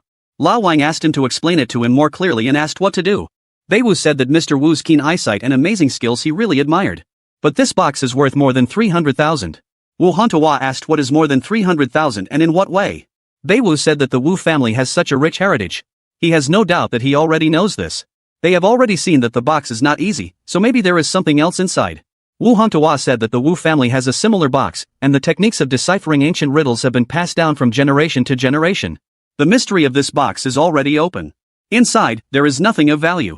Bai Wu asked him if they could then not try to open it. Wu Hantawa looked tense but said he was fine. When he started opening this drawer, he thought, is there really something in it? Maybe a treasure. But when he opened it, he saw that there was nothing there and exhaling. He said he was the same as in their family. He had nothing inside. Bai Wu said it wasn't and asked him to let him. Wu Hantawa handed him the box. Bai Wu started putting it back together, but he couldn't do anything. Then the old men from the crowd began to swear and asked what he was showing off before. Let him not dare to spoil such a good box. Bai Wu took another look at this box, and this time he realized something. He started to collect it again, then he pulled out a tablet and showed that there was a drawing on it. He turned this drawing to the top and began to twist it. The system said that the first layer is a lotus flower, and the second layer is a maze and showed him the picture. Bai Wu smiled and thought that even the masters did not know about it, and this box is encrypted with a Chinese and Western lock. When Bai Wu had done all the machinations, the drawer opened, and there was a broken bracelet in it. Everyone was very surprised. Someone said that is there really something there? Didn't the Wu family even notice? Bai Wu thought that fortunately, he had studied everything in detail. From the system, complete shame is postponed. Turning to Mr. Wu, he said that he had no talent, but he was still capable of something. Mr. Wu said that he has exceptional abilities, he admits defeat. Bai Wu wondered if the master he was looking for was Wu Hongtai, but he understood most likely Mr. Wu did not intervene on a whim. The master must be watching them from the crowd. Mr. Wu said that since he had lost tons, he would buy this box and give it to Mr. Bai. Lao Wang asked him that where had all his mood gone, he knew that his skills were complete. Now everyone started talking about Bai Wu. One of the men asked if his last name was Bai. Another picked him up and said that he was the same Bai Wu that everyone was talking about. He doesn't look like the one they described, maybe he's not like that. It looks like the Wu family's pride is hurt. Then an elderly man came out and said that these youngsters are so talented now, let them give the old folks a look at it. Bai Wu also greeted him. The elder asked him if they knew each other. Bai Wu said that there is no one in this field who does not know about him. Just now, his comrade almost made a mistake, but fortunately, they managed to help him. The elder asked what this fat man was he really wrong? Lao Wang's eyes shone, and he said he couldn't believe it, he had always treated him like an idiot. Turning to Bai Wu again, he said that his name was Bai Wu. Bai Wu said yes. The elder said that it was good, it was very good, he beat the Jun Tai, and he wants to see if he can handle him. Bai Wu said that how dare he. The elder laughed and said that, as they say, he was small, and he was good, the old ones also need to warm up and ask to play with him. Bai Wu thought that so Elder Wu was their mysterious master. The system said that Mr. Wu is a mysterious master at 100%. Bai Wu thought that this old man is not a blunder for his support. He needs to show himself and told the elder that since he personally asks him, he does not dare to refuse him. Perhaps this fate, and asked him what does the Lord want from him. The elder really liked this reaction, and he said that he was not a blunder. Then he took out 2 bills. Lao Wang asked him if this was really some kind of trick. The elder got angry at him and asked him if he really thought that a representative of such a family would be cunning. Had he completely forgotten himself? Lao Wang said that then why these bills? The elder said that, in an hour, with only 100 yuan in their pocket, they should buy the most valuable thing. The winner is the one who buys the more valuable thing. Bai Wu said that it was fine, they agreed. After that, they went to different sides, shouts of people were heard. Someone said that today is just an amazing day, they will see the battle of the masters. Someone said that for 100 yuan, you can buy something only on Taobao, this is a Chinese platform for online shopping. One man asked the other what he thought, which of them would win, to which he replied that most likely Master Wu. He asked who else could win, and the man said yes, but this Bai Wu was not so simple either. Lao Wang told Bai Wu that this blade looks good, he should take a look. This is King Longyan's Azure Dragon Blade, it was used by Guanyin himself. After Lao Wang pointed to the portraits, he said that this portrait seems to be the original work of Tang Bohu. Tang Yan, also known as Tang Bohu, is a Chinese artist, calligrapher, and singer of the Ming dynasty. After that, he started pulling Bai Wu again and said that this porcelain vessel looks very expensive. This is the 8th treasure from the roasting furnace of Ru. Ru is one of the 5 famous furnaces produced in ancient China. Then Bai Wu could not stand it and, turning to Lao Wang, asked him if he could be silent for at least a second. Lao Wang was a little upset and said he was trying to help him. Bai Wu said he was pointing to some fakes, therefore, let him be silent. Lao Wang said that it was just dark here, and he didn't have time to see. Wu said it was okay because he would still lead them to success and, turning to the system, asked her to show what she can do. 1 hour later, they gathered again. Bai Wu said that this is a blue and white base recognition that mimics the Qing dynasty from the earlier Republic of China. Let it be a copy, but his master's skill is magnificent. It costs tens of thousands. The elder was surprised and thought that did he lose? This child is not so simple. He was able to find such a thing that mimics the era of the Qing dynasty. That's pretty good. Exhaling, he said that these are old books that were published after the development of the Republic of China. Lao Wang said elder that apparently he didn't take them seriously after all. A complete set of these books cost only a few thousand yuan. He laughed and patted Bai Wu on the shoulder, saying what a beautiful victory. The elder told him that he still had milk on his lips and asked him what's a few thousand yuan. Does he think he's an idiot? For those who know their business, these books are priceless. There are tens of thousands of them worth nothing next to a priceless treasure. Lao Wang told him that yes, he was just joking. Bai Wu was at a loss and thought that the master was clearly not going to lose. The master laughed and said that they still have to study and asked them if they really dare to doubt his rightness. After that, he looked at everyone. People shook with fear and began to say that yes, Mr. Wu won. Lao Wang said that these people just don't want to offend him. Bai Wu was upset and thought that he had calculated everything, but he did not even expect Master Wu to pull something like this. After that, Master Wu said that he would be fair. He is not going to forcibly convince them of the pricelessness of his treasure. Today's battle ended in a draw. Tomorrow Bai Wu should come to his house, he has what he wants. He thinks he's already figured out what it's about. Bai Wu said that he would do it. Well, after that, Master Wu turned around and, addressing Wu Hongtai, said that they had to go. Bai Wu thought that this old man was really something. Then Master Wu asked him if he wanted to find the one who spread these rumors, has he dealt with it yet? He himself thought that this child was why you were looking for him, and the old man she seems to be still out of town. Lao Wang was shocked and asked did he just say that he had dealt with him, how did he know? Bai Wu thought that he didn't know how many members there were in the ancient society, but he knew one thing, he was definitely moving up. But what awaits them tomorrow, he's looking forward to it. Together, they asked if the informant was spreading rumors. Lao Wang tried to call but was told that the subscriber's phone was turned off or was outside the network coverage area. Lao Wang said that he never turned off his phone. What happened? Bai Wu wondered if the informant was spreading rumors. The system said it's 100%. Bai Wu asked if he was hired. The system said it's 100%. But why would Master Wu put on such a show? Can't he help him out in the open? Okay, he needs to forget about it because it's useless to think about it now. They need to find out what Master Wu is up to. Then Lao Wang said that Master Wu called them to him and asked him that they would go, wouldn't they? Bai Wu told him that Master Wu was only calling for him. Lao Wang hugged him and said that they were comrades. Where Bai Wu went, Lao Wang also went. He asked him if they were going that way or not. Bai Wu said that Master Wu was not their enemy. If he asked them to come, most likely, this is very important. Lao Wang said that okay, even on their deathbed, they are together until the end. The next day, they both came to Master Wu's mansion. Bai Wu asked what is this mansion? Lao Wang stood and photographed him. Bai Wu said that this is the life he wants. Lao Wang kept taking pictures and said he would send them to friends. He wants to show off. The fat man was invited to the Wu estate. Bai Wu asked why brag about visiting Wu's house. In the future, they will have their own home and much better. Lao Wang said he was right, they will achieve everything together. After that, they shook hands and, at the same time, said that they were going to a rich future together. Then the dog appeared, the same dog that Bai Wu helped find a mistress. Bai Wu thought that this feeling seemed to be déjà vu. Then the girl came running and asked for forgiveness, saying that she was going to fasten it. Bai Wu was surprised and asked her if it was really her. The girl said that he looked familiar, she had already seen him somewhere, but where was it? She'll remember now. Lao Wang asked his boss in a whisper who she was, did he really know her? Bai Wu said he could say that he had met her before. The girl said she remembered, he's Bai Wu, isn't he? Bai Wu said that yes, it is. The girl asked what they were doing in front of her house. Bai Wu asked if this was really her house and Lao Wang asked her what she was to Master Wu. The girl said that's how they came to her grandfather and offered to take them to him. Lao Wang asked Bai Wu if she really wanted to see them off, should they be more careful. Bai Wu thought that she had an open character, but it seems to him that something is wrong here. Then the girl had already opened the gate and called them. The three of them went into the courtyard. The girl asked where her grandfather was. Lao Wang whispered to his boss that this girl even knows what family she was born into, escorting strangers from the front door straight to the head of the family. Bai Wu thought, what's going on? What was she up to? Did she want to lead them into a trap?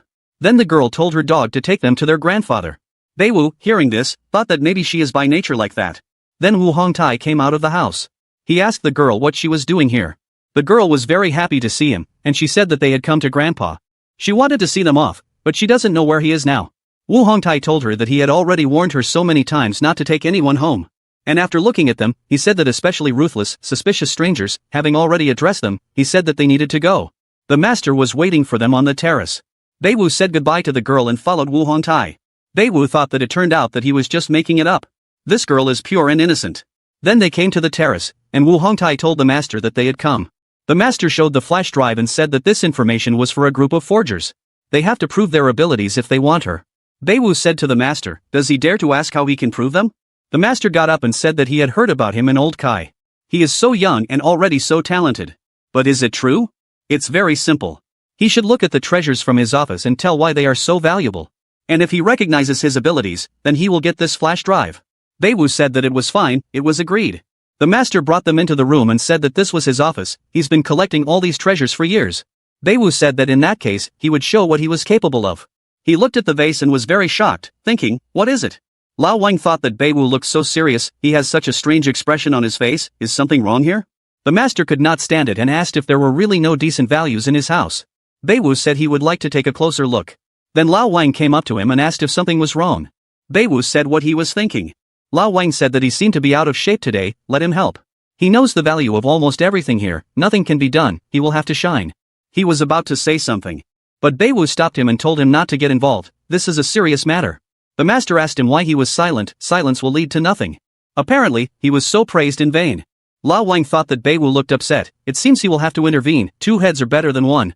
Why not say a few words to appease Master Wu, the rich are such concerned.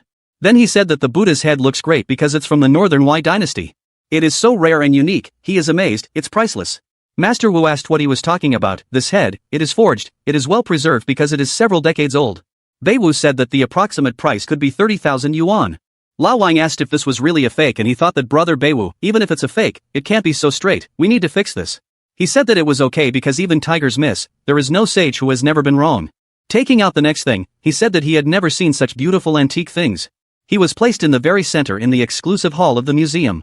Master Wu is so lucky, after all, he can see them every day. But Bai Wu said that a copy of the candlestick of the period of spring and autumn, their forgery was popular 20 years ago, but it's worth admitting that all this is a great job, the approximate price is 100,000. Lao Wang was shocked and asked if this was also a fake. Bai Wu looked at Master Wu and realized that he was very interested, but Lao Wang got scared and thought it was over. Master Wu will kill him with his eyes, he needs to fix it quickly. He said that Master Wu is so good at calligraphy and painting, how awkward it is, apparently, even bronze can be pierced, but all people are as gifted as he is, but he thinks it's okay. Then he saw the calligraphy on the wall, said it was an excerpt from a book, and he asked if calligraphy can't be forged, can it? But Bai Wu said no, it's a fake. Lao Wang asked if it was some kind of joke, if everything was fake too. He whispered to Bai Wu that Master Wu seemed to doubt his abilities, otherwise, how could they be forged? Was he sure he was not mistaken? Master Wu is a very important person, it's better not to anger him. The master may be old, but he could easily finish them off and not even break a sweat. However, Bai Wu continued to assert that this calligraphy was forged just last year. Using the technique of recognizing submitted paintings, it could be easily verified, but even such a fake would cost millions. Bai Wu walked up to the jug and stated that it was an imitation of the Ming dynasty. Approaching the vase, he claimed it was forged under the Qing dynasty. After that, he mentioned that the jade from the era of enmity of the states was forged, and it was also a very good copy of Zhang Datson's calligraphy. Master Wu couldn't stand it anymore and got up from his chair. Bai Wu declared that at the moment, there were 73 antiques in the room, and each of them was a fake. Lao Wang insisted it was impossible, but Master Wu pressed on. Master Wu wanted to convey that Wu Bufan, the head of this family for 17 generations, had collected a collection of fakes. Lao Wang, frightened, tried to explain that it wasn't what the boss meant, but Master Wu pushed him away. He asked Bai Wu if he was genuinely confident in his assertion, and Bai Wu affirmed that everything in the room was forged. Lao Wang urged Master Wu not to get angry, suggesting there must have been a misunderstanding. He reasoned that Bai Wu's lack of sleep might have led to his current disposition, and Master Wu might not have seen his treasures yet. Master Wu asked if Bai Wu was in his right mind, questioning how he could put together a collection of fakes alone. Bai Wu began to doubt, wondering if the system had made a mistake. The system had promised their support, but the situation seemed to be escalating. Master Wu pressed on, giving Bai Wu one last chance to admit that his treasures were real. Bai Wu involved just because they came together. After releasing the fat man, Master Wu applied some force against Bai Wu. Bai Wu thought it was the end, questioning whether the system had made a mistake. Master Wu seemed to have no intention of helping them. Bai Wu wondered if Master Wu was indeed the master they were looking for, and questioned his motives, considering the house was full of fakes. Lao Wang was very worried about Bai Wu and questioned what Master Wu was trying to achieve. Master Wu asked Bai Wu if he would change his mind. Bai Wu asserted that originals would never become fakes, and fakes would never become originals. He could not change that. Master Wu laughed, leaving Bai Wu in uncertainty. Another old man entered the room, telling Master Wu he had been too harsh. The old man did something to Bai Wu's back, and Master Wu left, saying that his disciple was in bad shape. Master Kai assured them that everything was fine. Master Wu had merely grazed Bai Wu's acupuncture point and blocked his airway. Bai Wu asked about Master Kai, and Master Wu patted Bai Wu on the shoulder before leaving. Master Kai explained that he and Master Wu were old acquaintances. He asked Master Wu to take care of Bai Wu until he returned, expressing concern about his choice and deciding to test it himself. Master Wu had gone to the ghost market to test them. Lao Wang asked if it was an act, as they seemed genuinely scared. Master Wu had praised their acting and rewarded them, offering 10 million yen for Lao Wang and 50 million yen for Bai Wu. Lao Wang questioned why Bai Wu was getting 50 million yen while he only received 10. Master Wu stated that everyone receives as much as they invest. However, if he wishes, he can demonstrate his capabilities, and perhaps that will change his mind. Bai Wu thought that everything ended well, it was a routine test. Then, Mr. Kai asked him if he wanted to know why this place was filled with fakes. Bai Wu said yes, he was very surprised when he came in. Mr. Kai turned to Master Wu and asked him to explain everything to them. Master Wu explained that they had gathered not only for verification but also to develop the ability to recognize fakes without losing their honor and beliefs. One must always be vigilant so that the demons of greed do not devour them. Everything in this room can be a work of great art, however, they have to distinguish them first. He collects them to study their technique, to harden character, and, most importantly, because many experts were created by a forger named Gang Sing-on Tang. This is the gang of forgers that Master Wu is investigating. Bai Wu asked if Master Wu was studying the enemy from their works, understanding the methods of the forgers to cope with them. Master Wu agreed, it's not a bad idea. The office is called the Room of Lies, Bai Wu thought, which explained why Master Wu was collecting crafts. However, he was more concerned about something else. When he used the system to calculate, could the Wu family have something to do with the gang of scammers? The system indicated a likelihood of 7.7%. Bai Wu was surprised, thinking that Master Wu might not be directly related, but someone from their family likely had involvement.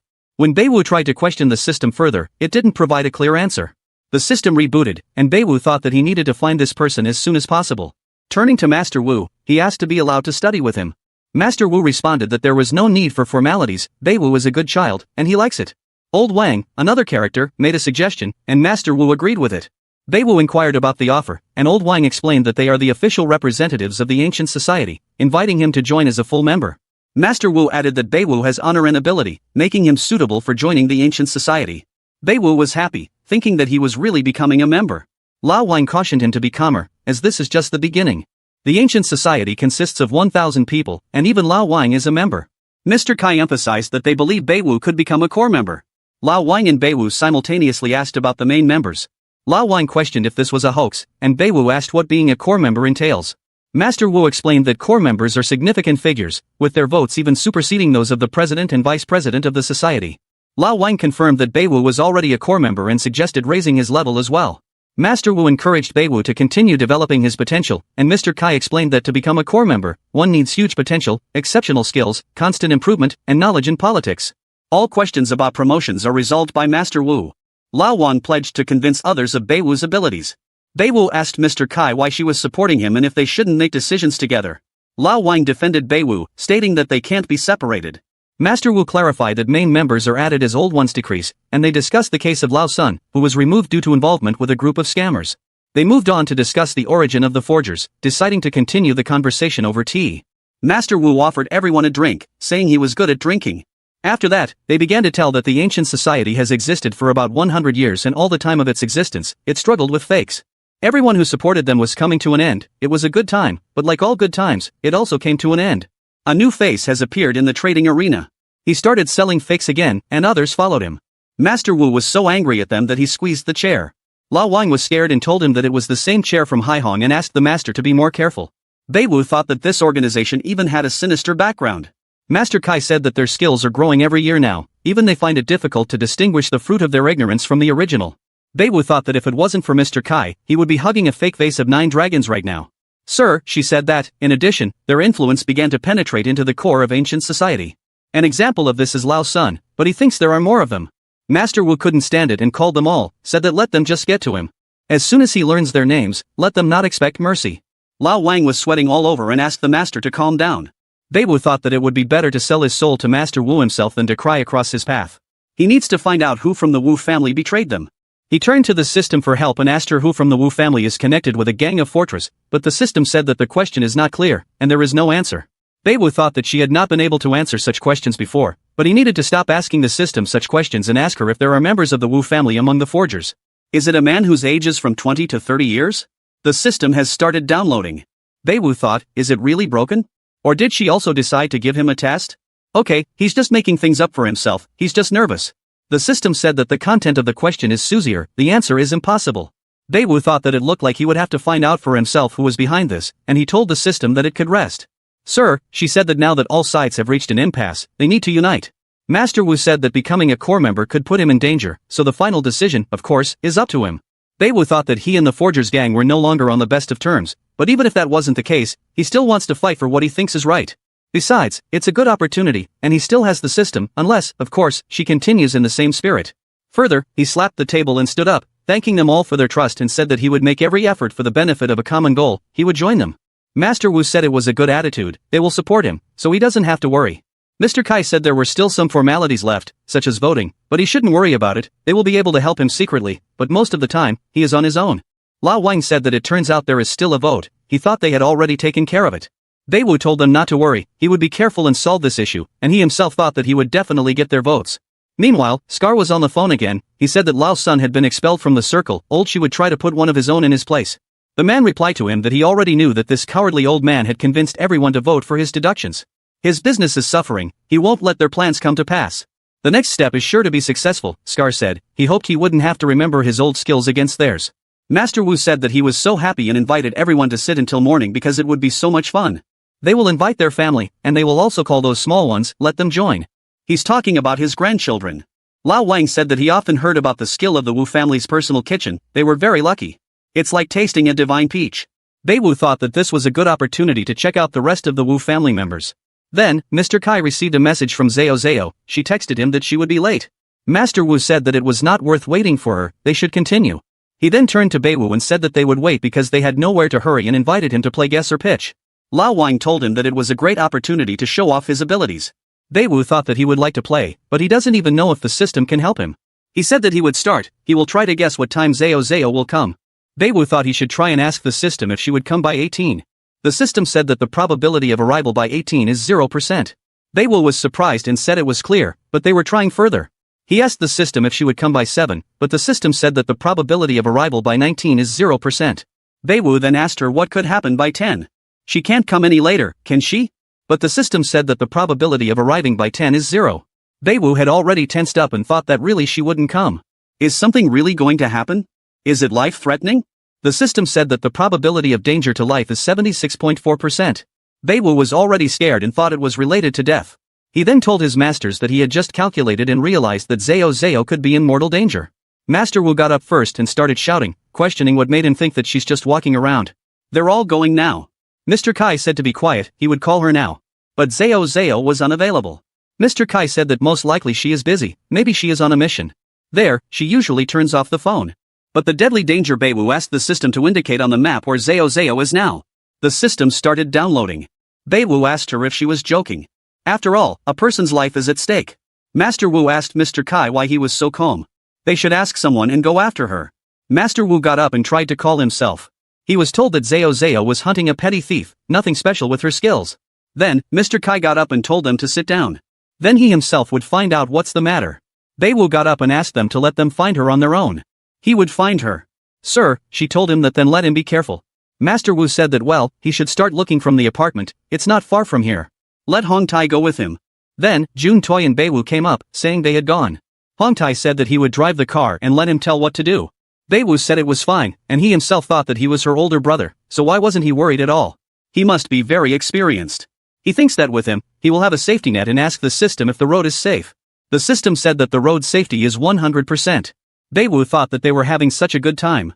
But you need to stop thinking about it because now is not the time. Zhao was on a mission right now. Her man contacted her. She said she was there and asked what about them.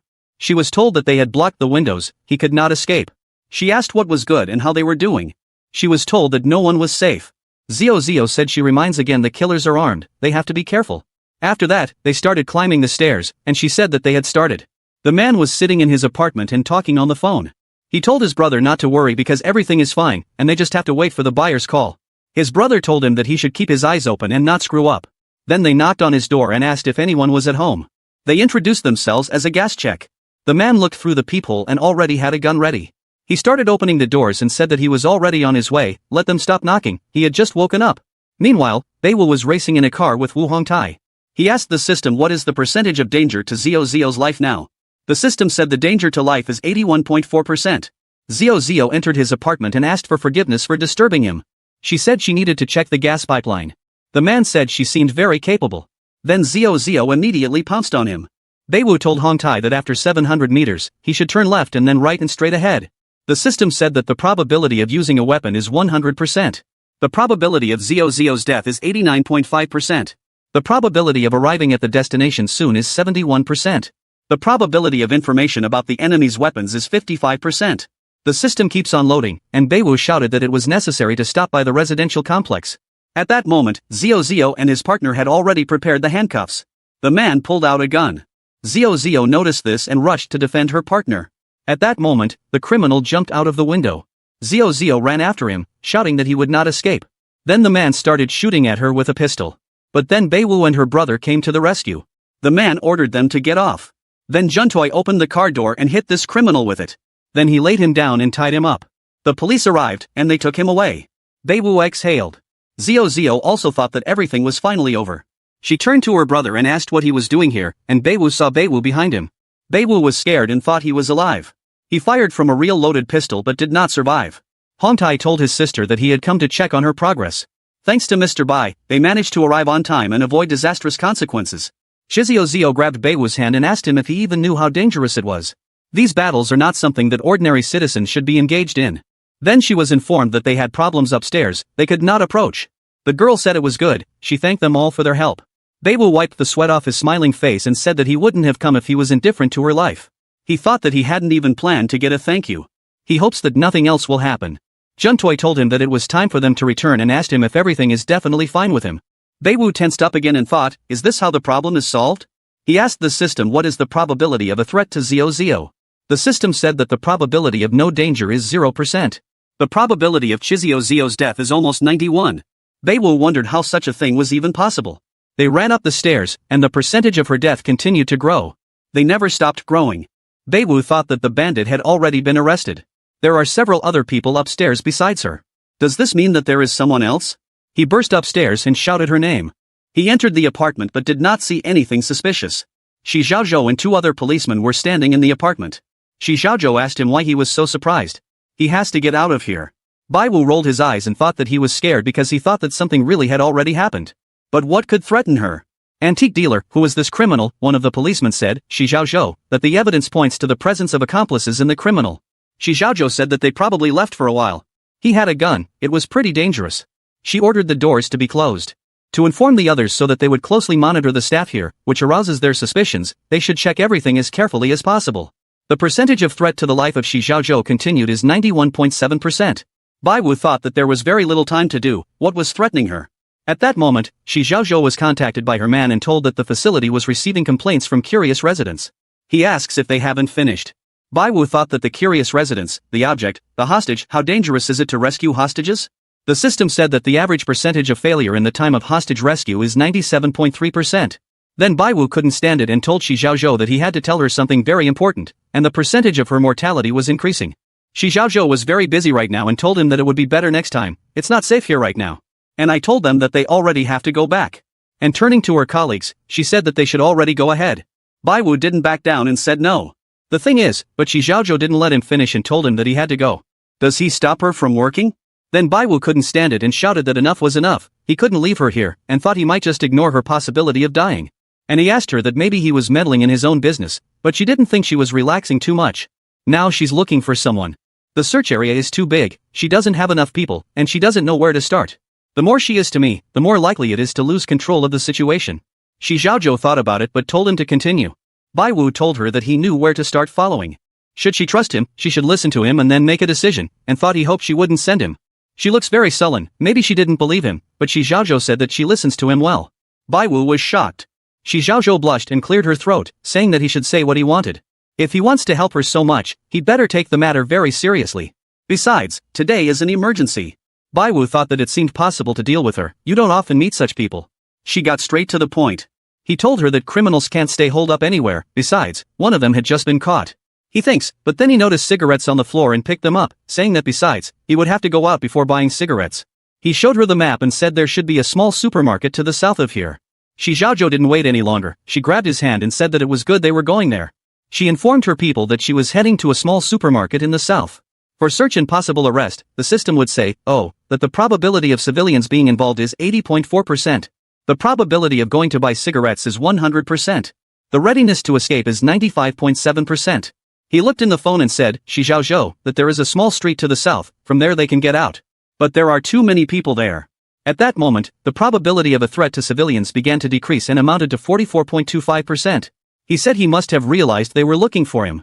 Then Shi Xiaozhou was informed that the target had been found. They are coming from the east and it seems that he is ready to escape. Shi Xiaozhou started climbing into the car and told him not to worry, there are a lot of people around, let him run away. He must not lag behind and protect civilians. He has to get in the car. They drove the car at full speed. Shi Xiaozhou said that if he went to the supermarket to the south, then they should move out from the east, they should pass the fork, and there is just a commercial area. Bai Wu said there are 2 multi-story villages to the north. Shi Xiaozhou said that they would check everyone for documents. The traffic management service will cooperate, all drivers will be checked for alcohol consumption. The criminal escaped armed and, most likely, requested reinforcements. She was told that everything was accepted. 2 passers-by at the fork. Shi Xiaozhou reported that she is obliged to evacuate the residents. Lu was still following the suspects. She was told that he had left the high-rise building and was heading towards the unfinished buildings. Shi Xiaozhou told them that they had to warn Lu that the enemy was armed and he had to take people away from there. They should order the exit to be blocked. She is obliged to send someone to outflank the enemy. Meanwhile, they had already arrived at this place and Shi Xiaozhou immediately rushed to look for the culprit. Meanwhile, Bai Wu was very unwell after this trip. Jin Tammy stood and supported him. Bai Wu told him that he was fine, he should hurry up and catch up with Shi Xiaozhou should he protect her. After Hong Tai ran to Shi Xiaozhou's aid, Bai Wu thought the worst was over. Then the system informed him that the probability of a threat to Shi Xiaozhou is 0%. Bai exhaled and lit up again, thinking that it was all thanks to Master Wu. But then something got into his head. It was a little kid who was messing around on a construction site. He stuck out his tongue at Bai Wu. Just as he jumped over the fence, Bai Wu shouted to this boy and asked him, "How can you run so fast with a bear?" Then he sensed danger and shouted to the boy to stop. Here, the probability of danger for Shi Xiaozhou increased again. Now it was almost 100%. The probability of a child being taken hostage is 90%. Bai Wu thought, is it really impossible to do without hostages for once? and rushed to the rescue, thinking, why can't he do anything? Then the boy was almost exhausted. But he told Bai Wu that he would never catch up with him, calling him garbage. But then he noticed one of the bandits. Then Shi Xiaozhou also ran up to this place. She saw a bandit rushing at this child in order to take him hostage. But then Bai Wu rushes in and saves this child. And then a shot rang out. Here the system issued a system error. Bai Wu woke up in the car. Shi Xiaozhou came up to him and told him to wake up, calling him a brave citizen. Bai Wu asked if the baby was okay. Has the criminal been caught yet? Shi Xiaozhou told him not to worry because everything is fine.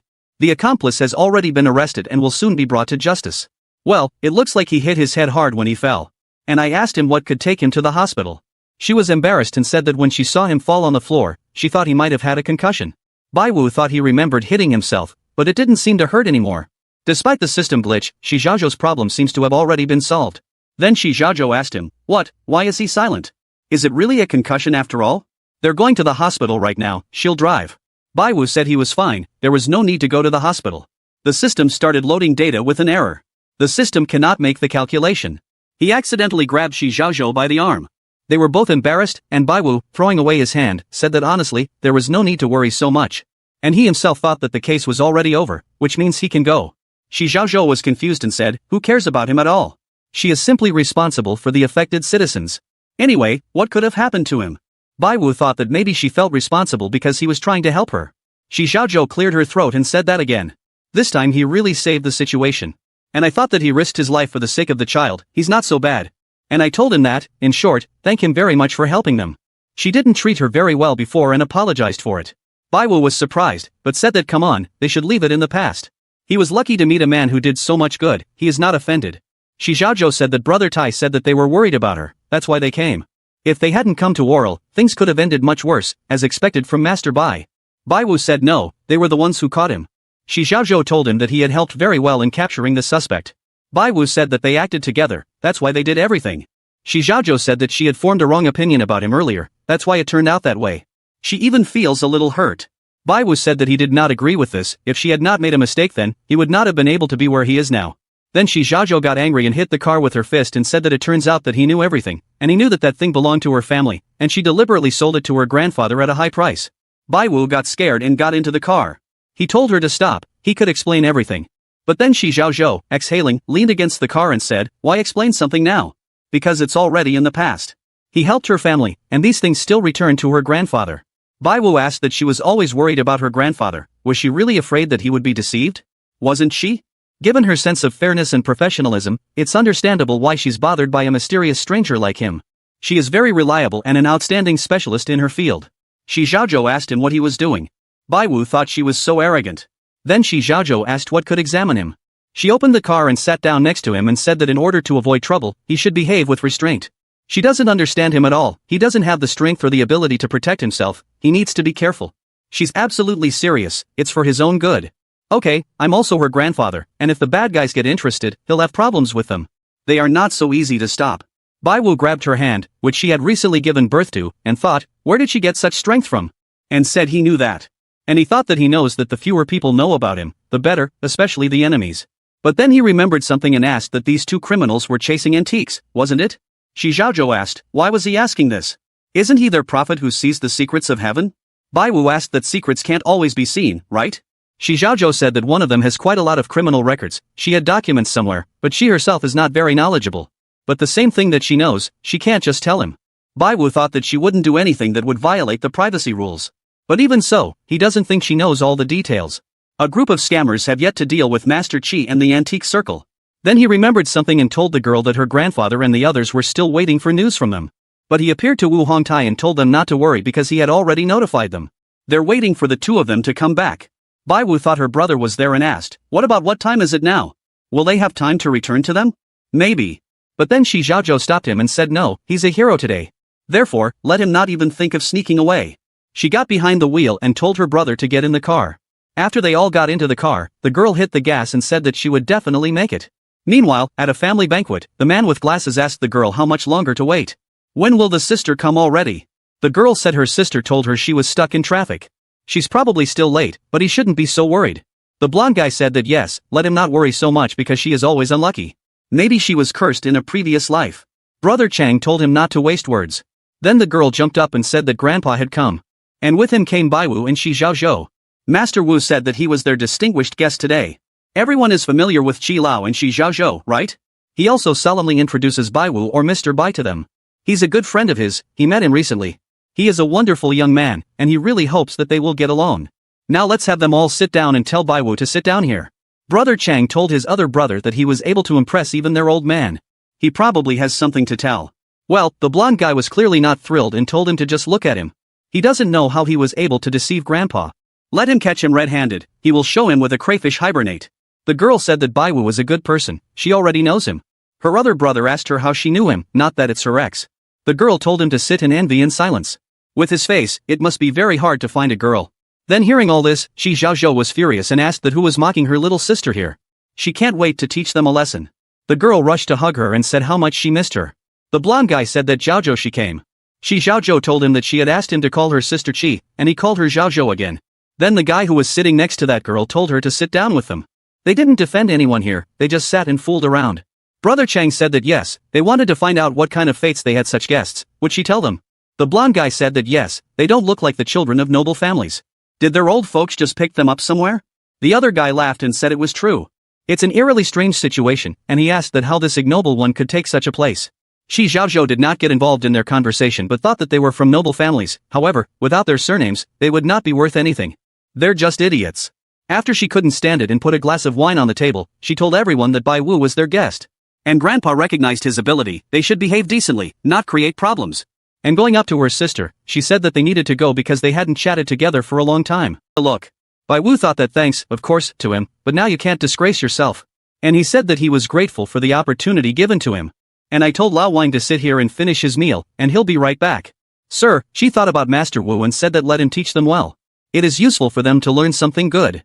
After that, Bai Wu left with 3 brothers. The blonde-haired man thought that what a liar he was, now they would bring him to the surface. They went into another room, where there were antiques on the table.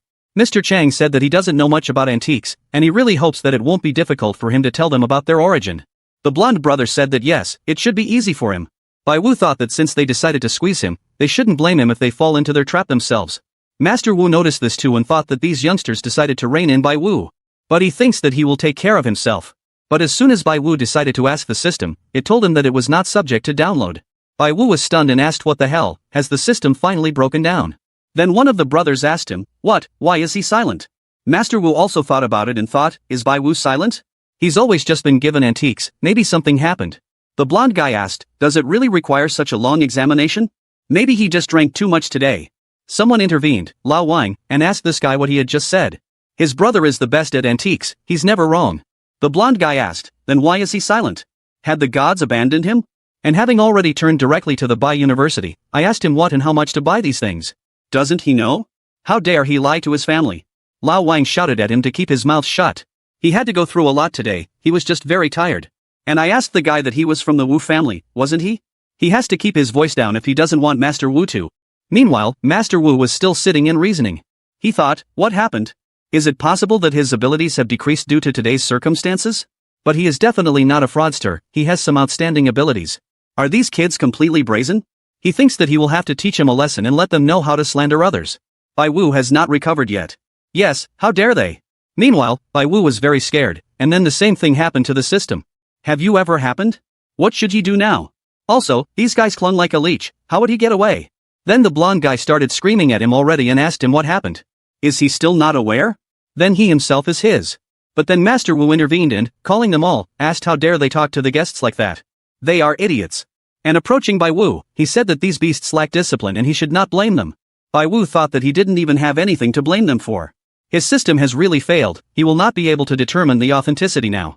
Master Wu was smiling at him, but in fact he was very worried about him and thought that he really made such a face. Is he still sick? Or was he just angry at these kids? After that, he turned to these children and began to drill them with an evil look. Master Wu called them idiots again and said it was like they had been raised by dogs. They should apologize to Bai Wu faster. The blonde guy was very angry and said he was just a liar. Then Master Wu couldn't stand it, he already wanted to hit this guy. But Bai Wu said that it was not worth interfering in it for his own good. It's just a normal argument. And he said that these inkstones were fakes, they were only a few years old, they were forged under the inkwells of the Republic of China. They are very well made, and collectors could appreciate them. And as for them, this is a porcelain jug from the Yunla era. It has a rich color and very fine work and technique. The production is just beautiful. It's a pity that it was made only this year. The Yanla era is the period from 1403 to 1424.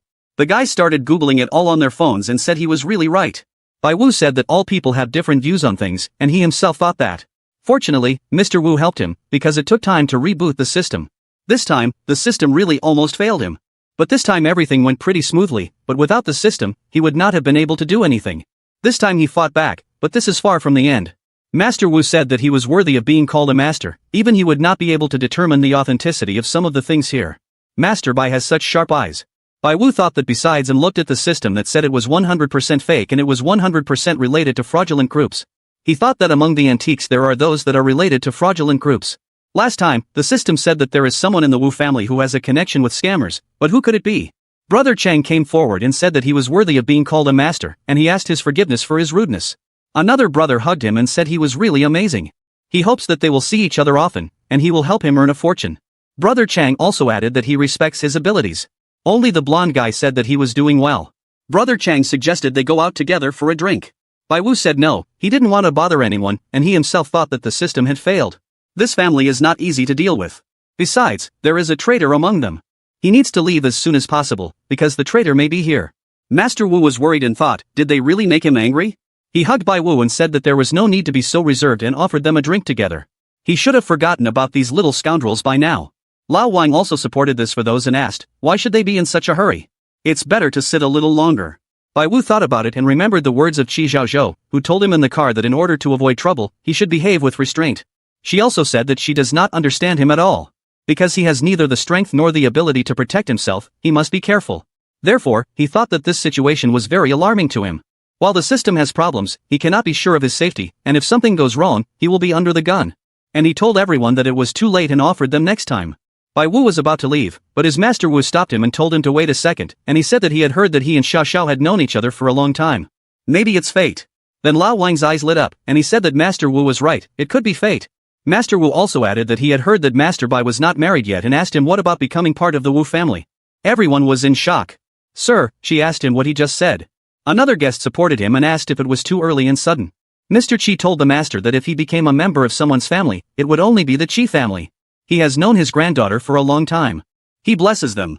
Master Wu told him that his blessing didn't solve anything. He and their Xiao Xiao have mutual feelings. Mr. Qi began to get angry and said that his Xiao Xiao and Bai Wu also love each other. Will they be happy together? Then Qi Xiao Xiao couldn't stand it and burst into the room. She told her grandfather, what kind of nonsense is this? Wu Xiao Xiao told her grandfather that she was still too young and wanted to think about marriage.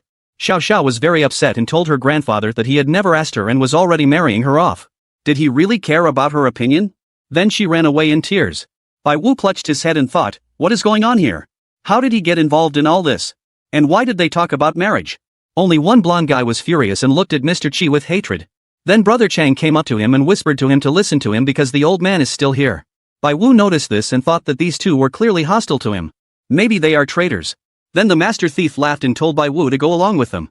Mr. Qi joined him and told him to leave them and go have a drink with them. Bai Wu said that was exactly what he wanted. At first he wanted to leave because of his well-being, but now that he is better, he would like to have a drink with the elders. And he himself thought that they both wanted him to stay, they must care about him. Whatever it was, he had to find this traitor. After that, they sat down at the table and Bai Wu again. I kept looking at those three brothers and thought that I needed to check everyone present here. Gu Lai behaves strangely and treats him terribly. Could it be him? But the system gave an error again. Bai Wu tensed up again and thought that he couldn't believe it, that the system wouldn't help him. After all, he can't rely only on his own strength in his search. Brother Chang told the blonde-haired man that he was crazy to talk such nonsense in front of his uncle. Does he really want to die? If he wants to die, then let him die alone and not involve others in it. Then Bai Wu came up to them, and I thought that this Brother Chang is quite perceptive, and he's pretty brave. He sat down next to them and said that it seemed he had not been able to have a drink with them. And looking at the blonde guy, I thought that he would start with him. Brother Chang told Bai Wu that he was so polite, and he has amazing abilities, and handed him a glass. The university said that they were strangers, after all, his concern was justified.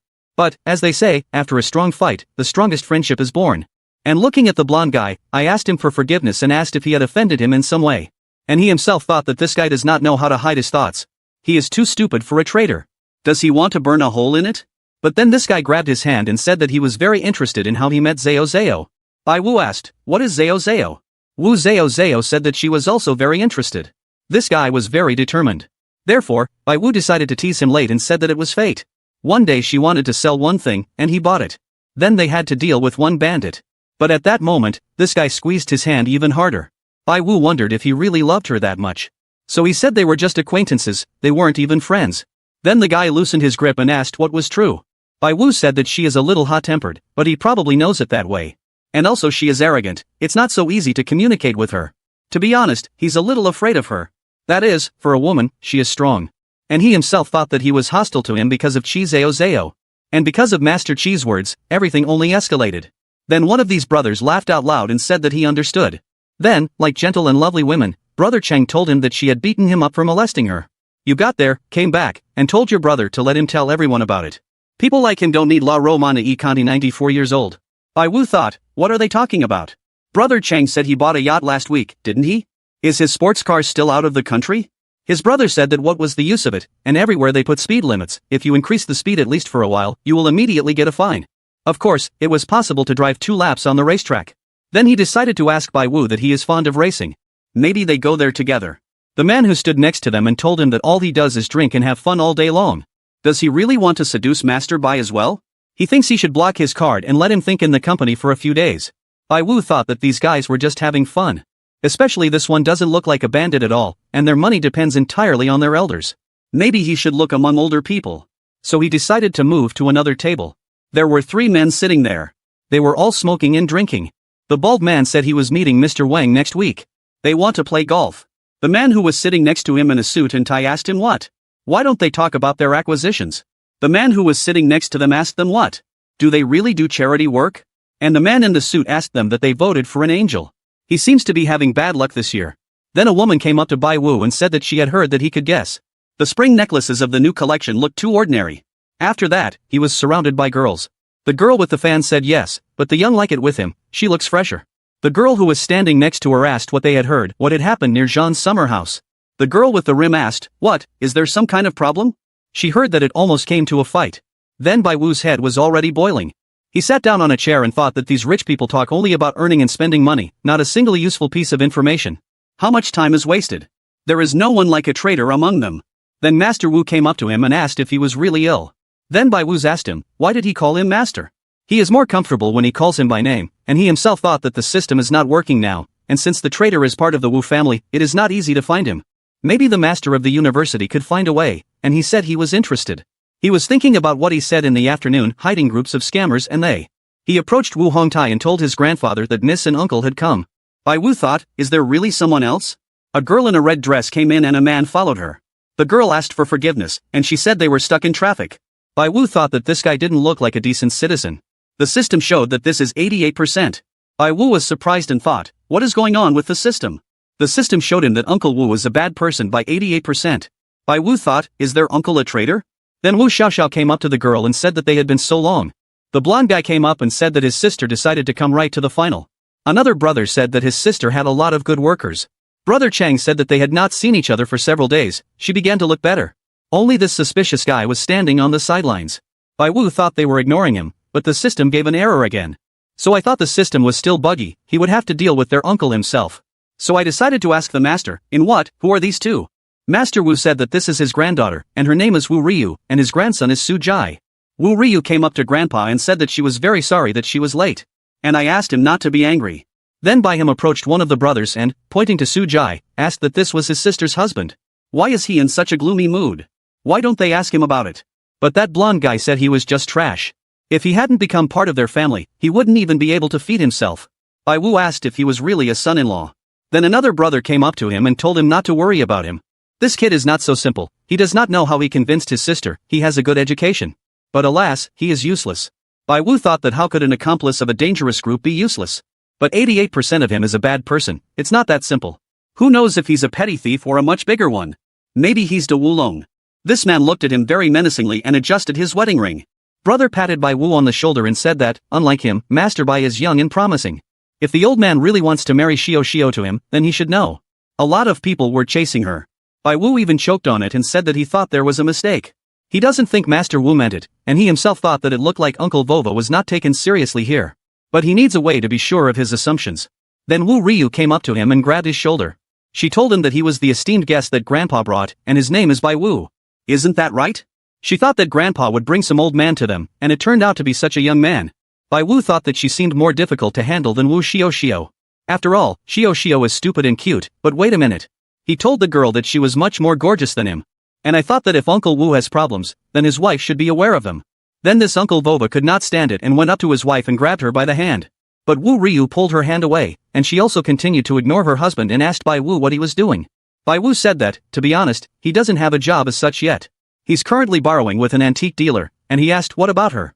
She seems to be very successful. And he himself thought that Uncle Wu had such an evil face. Maybe he just misunderstood the situation. They don't seem to be on the best of terms. Then Master Wu got into the conversation, and he said she was no match for him. Mr. Bai has a real talent. Her life is a complete fairy tale. This Uncle Wu said, what an absurdity. The Wu family is seizing some crooks. Bai Wu glanced at Uncle Wu again and thought that if the couple didn't get along, then perhaps Mrs. Wu didn't know about her husband's affairs. But does he need to confirm it somehow? And asked him that Mr. Su is also a member of the ancient society.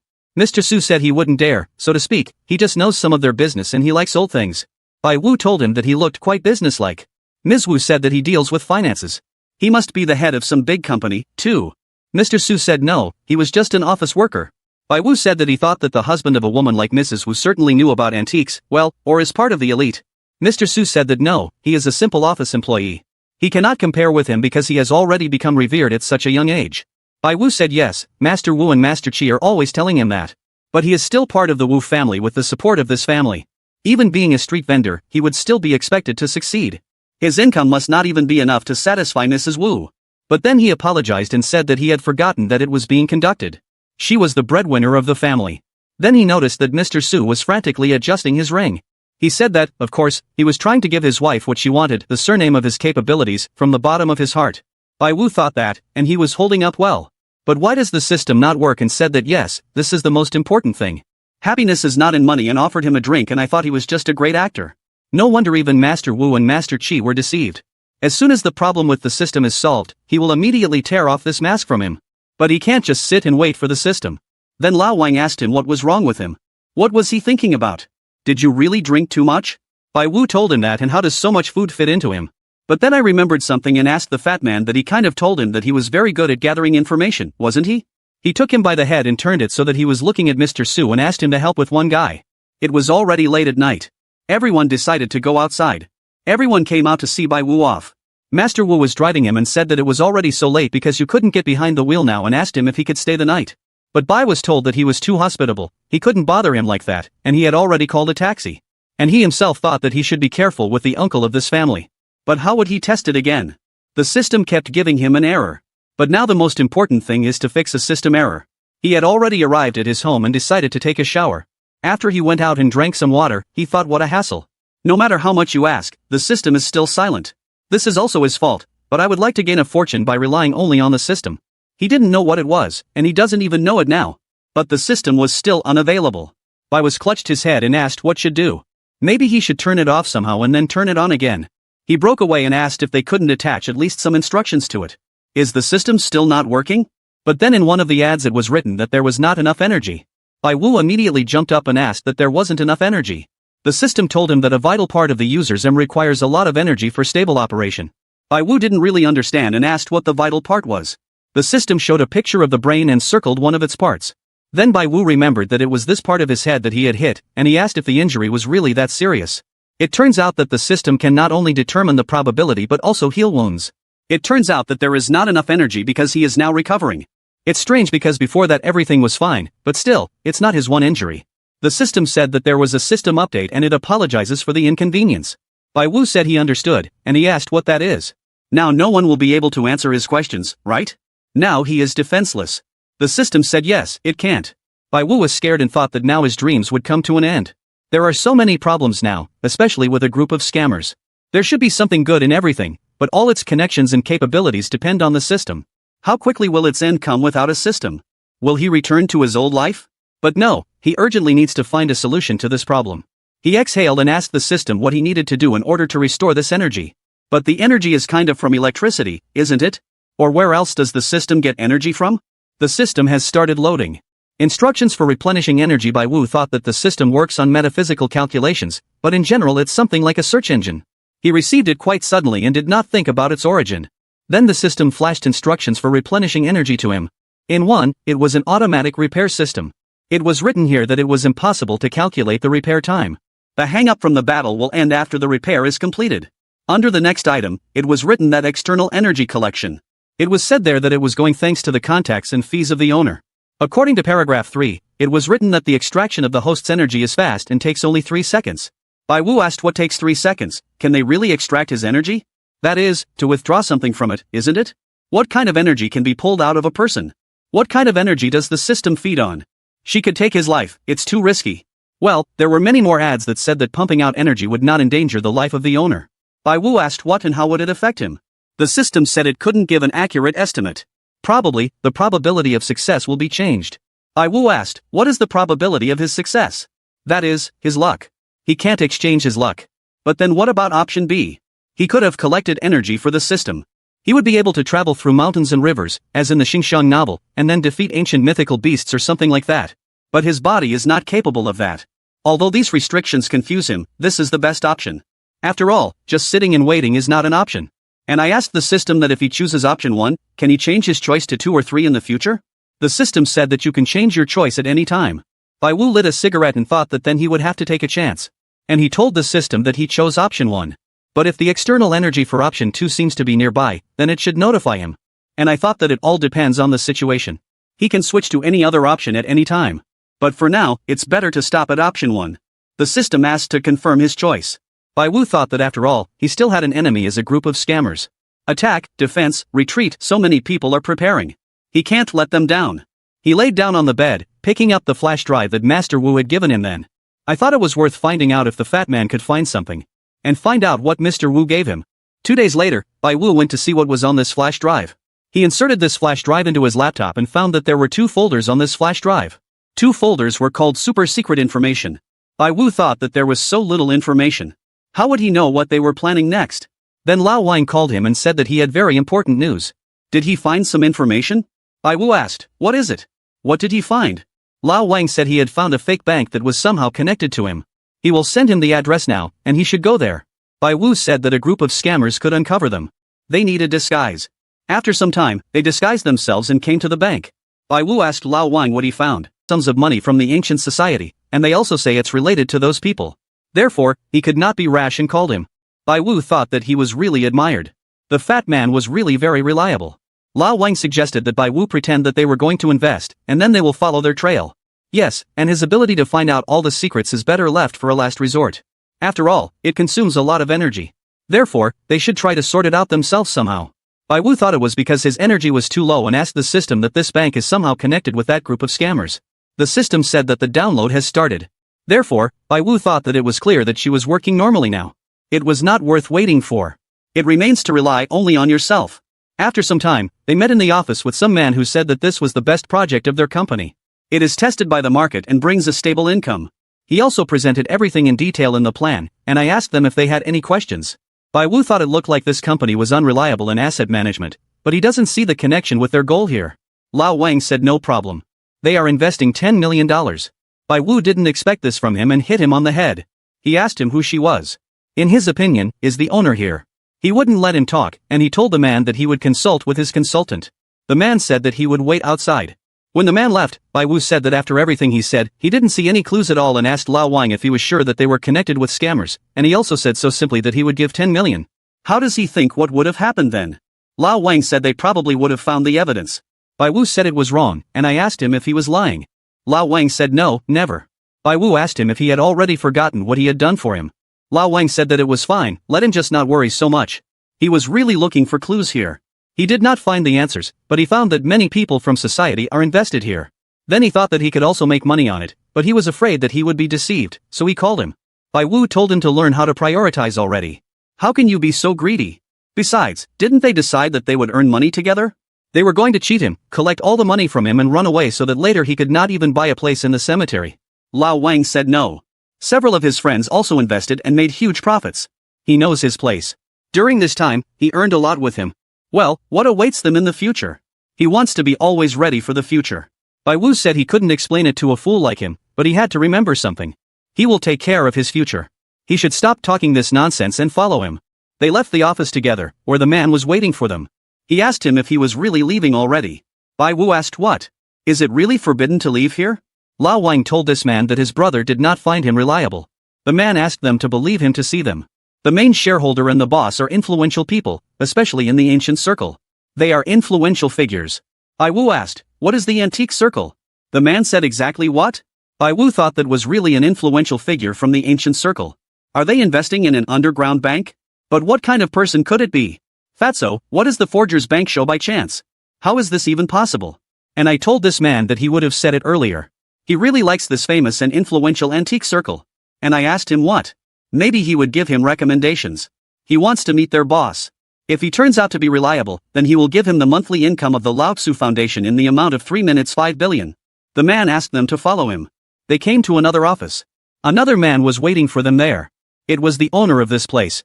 He greeted the distinguished guests and told them they could call him Mr. Z. They'd better sit down and talk. Here Bai Wu, notice, he has that ring on his hand. And I thought it was him after all. Dear uncle, Bai Wu thought that he was right after all. It's the same person. How many faces does he have? Then this Mr. Z asked what his name was. Bai Wu told him to call him Hey. A few years ago he was engaged in the sale of coal, but he had already given up on it. He had heard from his subordinates that he was a very important figure of ancient society. And I thought that maybe he should develop in this direction. Uncle Wu said that there is nothing complicated about it. It all depends on his connections, capabilities and, of course, capital. If he is interested, then he could bring him up to date. Bai Wu said fine, let him tell him everything. Uncle Wu said it was a very lucrative business. But the risks are not small either.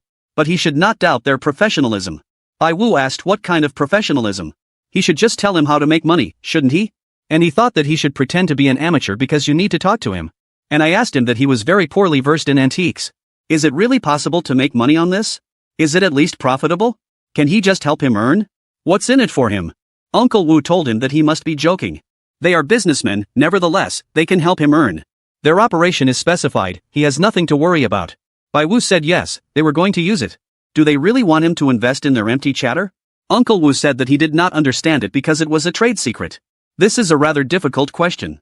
But he should not doubt their capabilities and authority. Bai Wu asked him if he really thought he was doubting. Then he should see his capabilities. He wants to invest in it. And I asked him how much he needed. Uncle Wu thought, who is this kid anyway?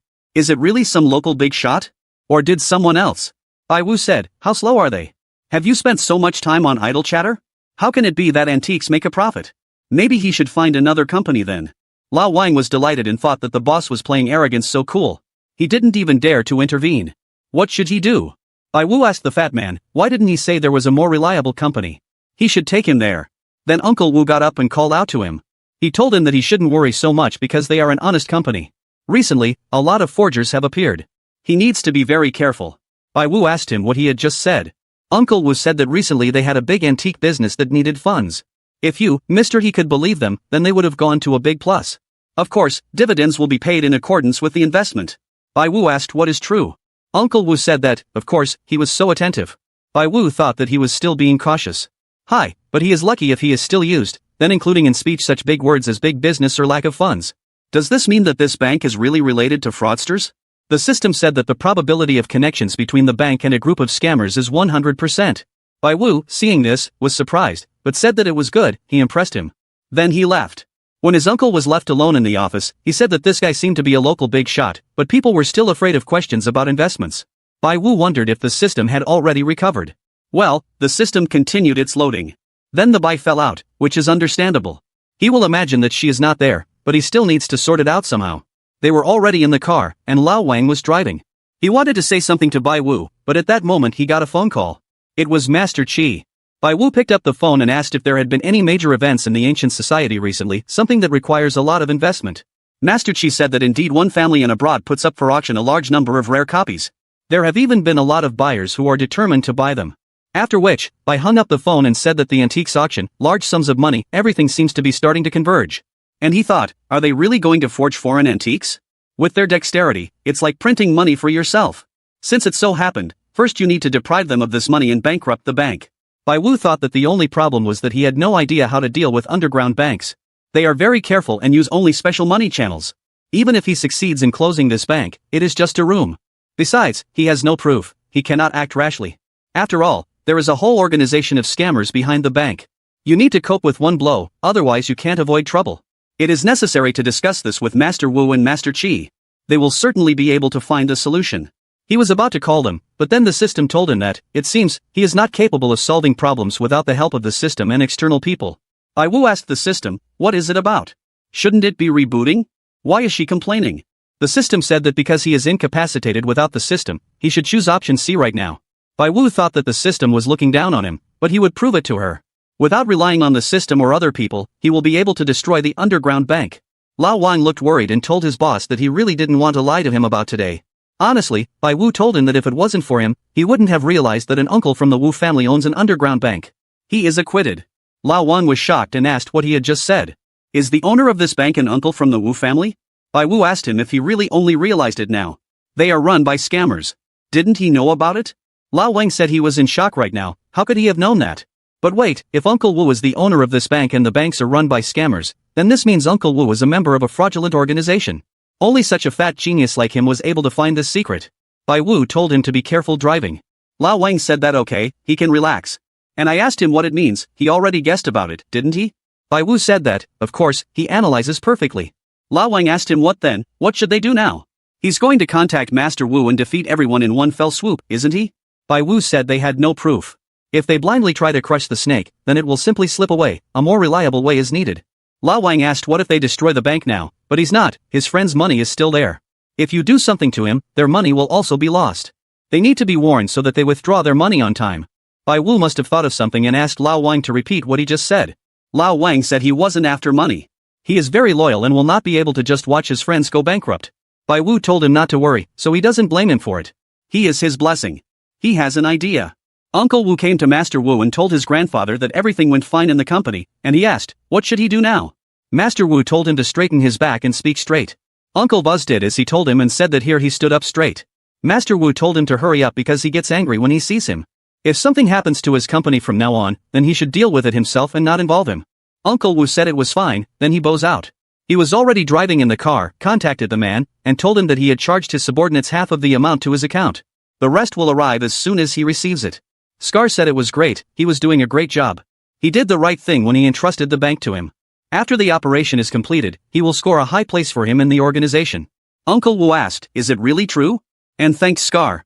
After that, their call was completed. Uncle Wu asked, what is a high position? After all, in fact, he wants his post. When he completely subdues the entire organization, he will be able to make them pay. And the Wu family will be his too. He will control both the scammers and the Wu family. Light and darkness will be his from now on. Everyone in the ancient world will respect him. He had endured and humiliated himself for so many years. Finally, he will see the fruits of success. This concludes the latest chapter, and we will be continuing it from here in the next episode.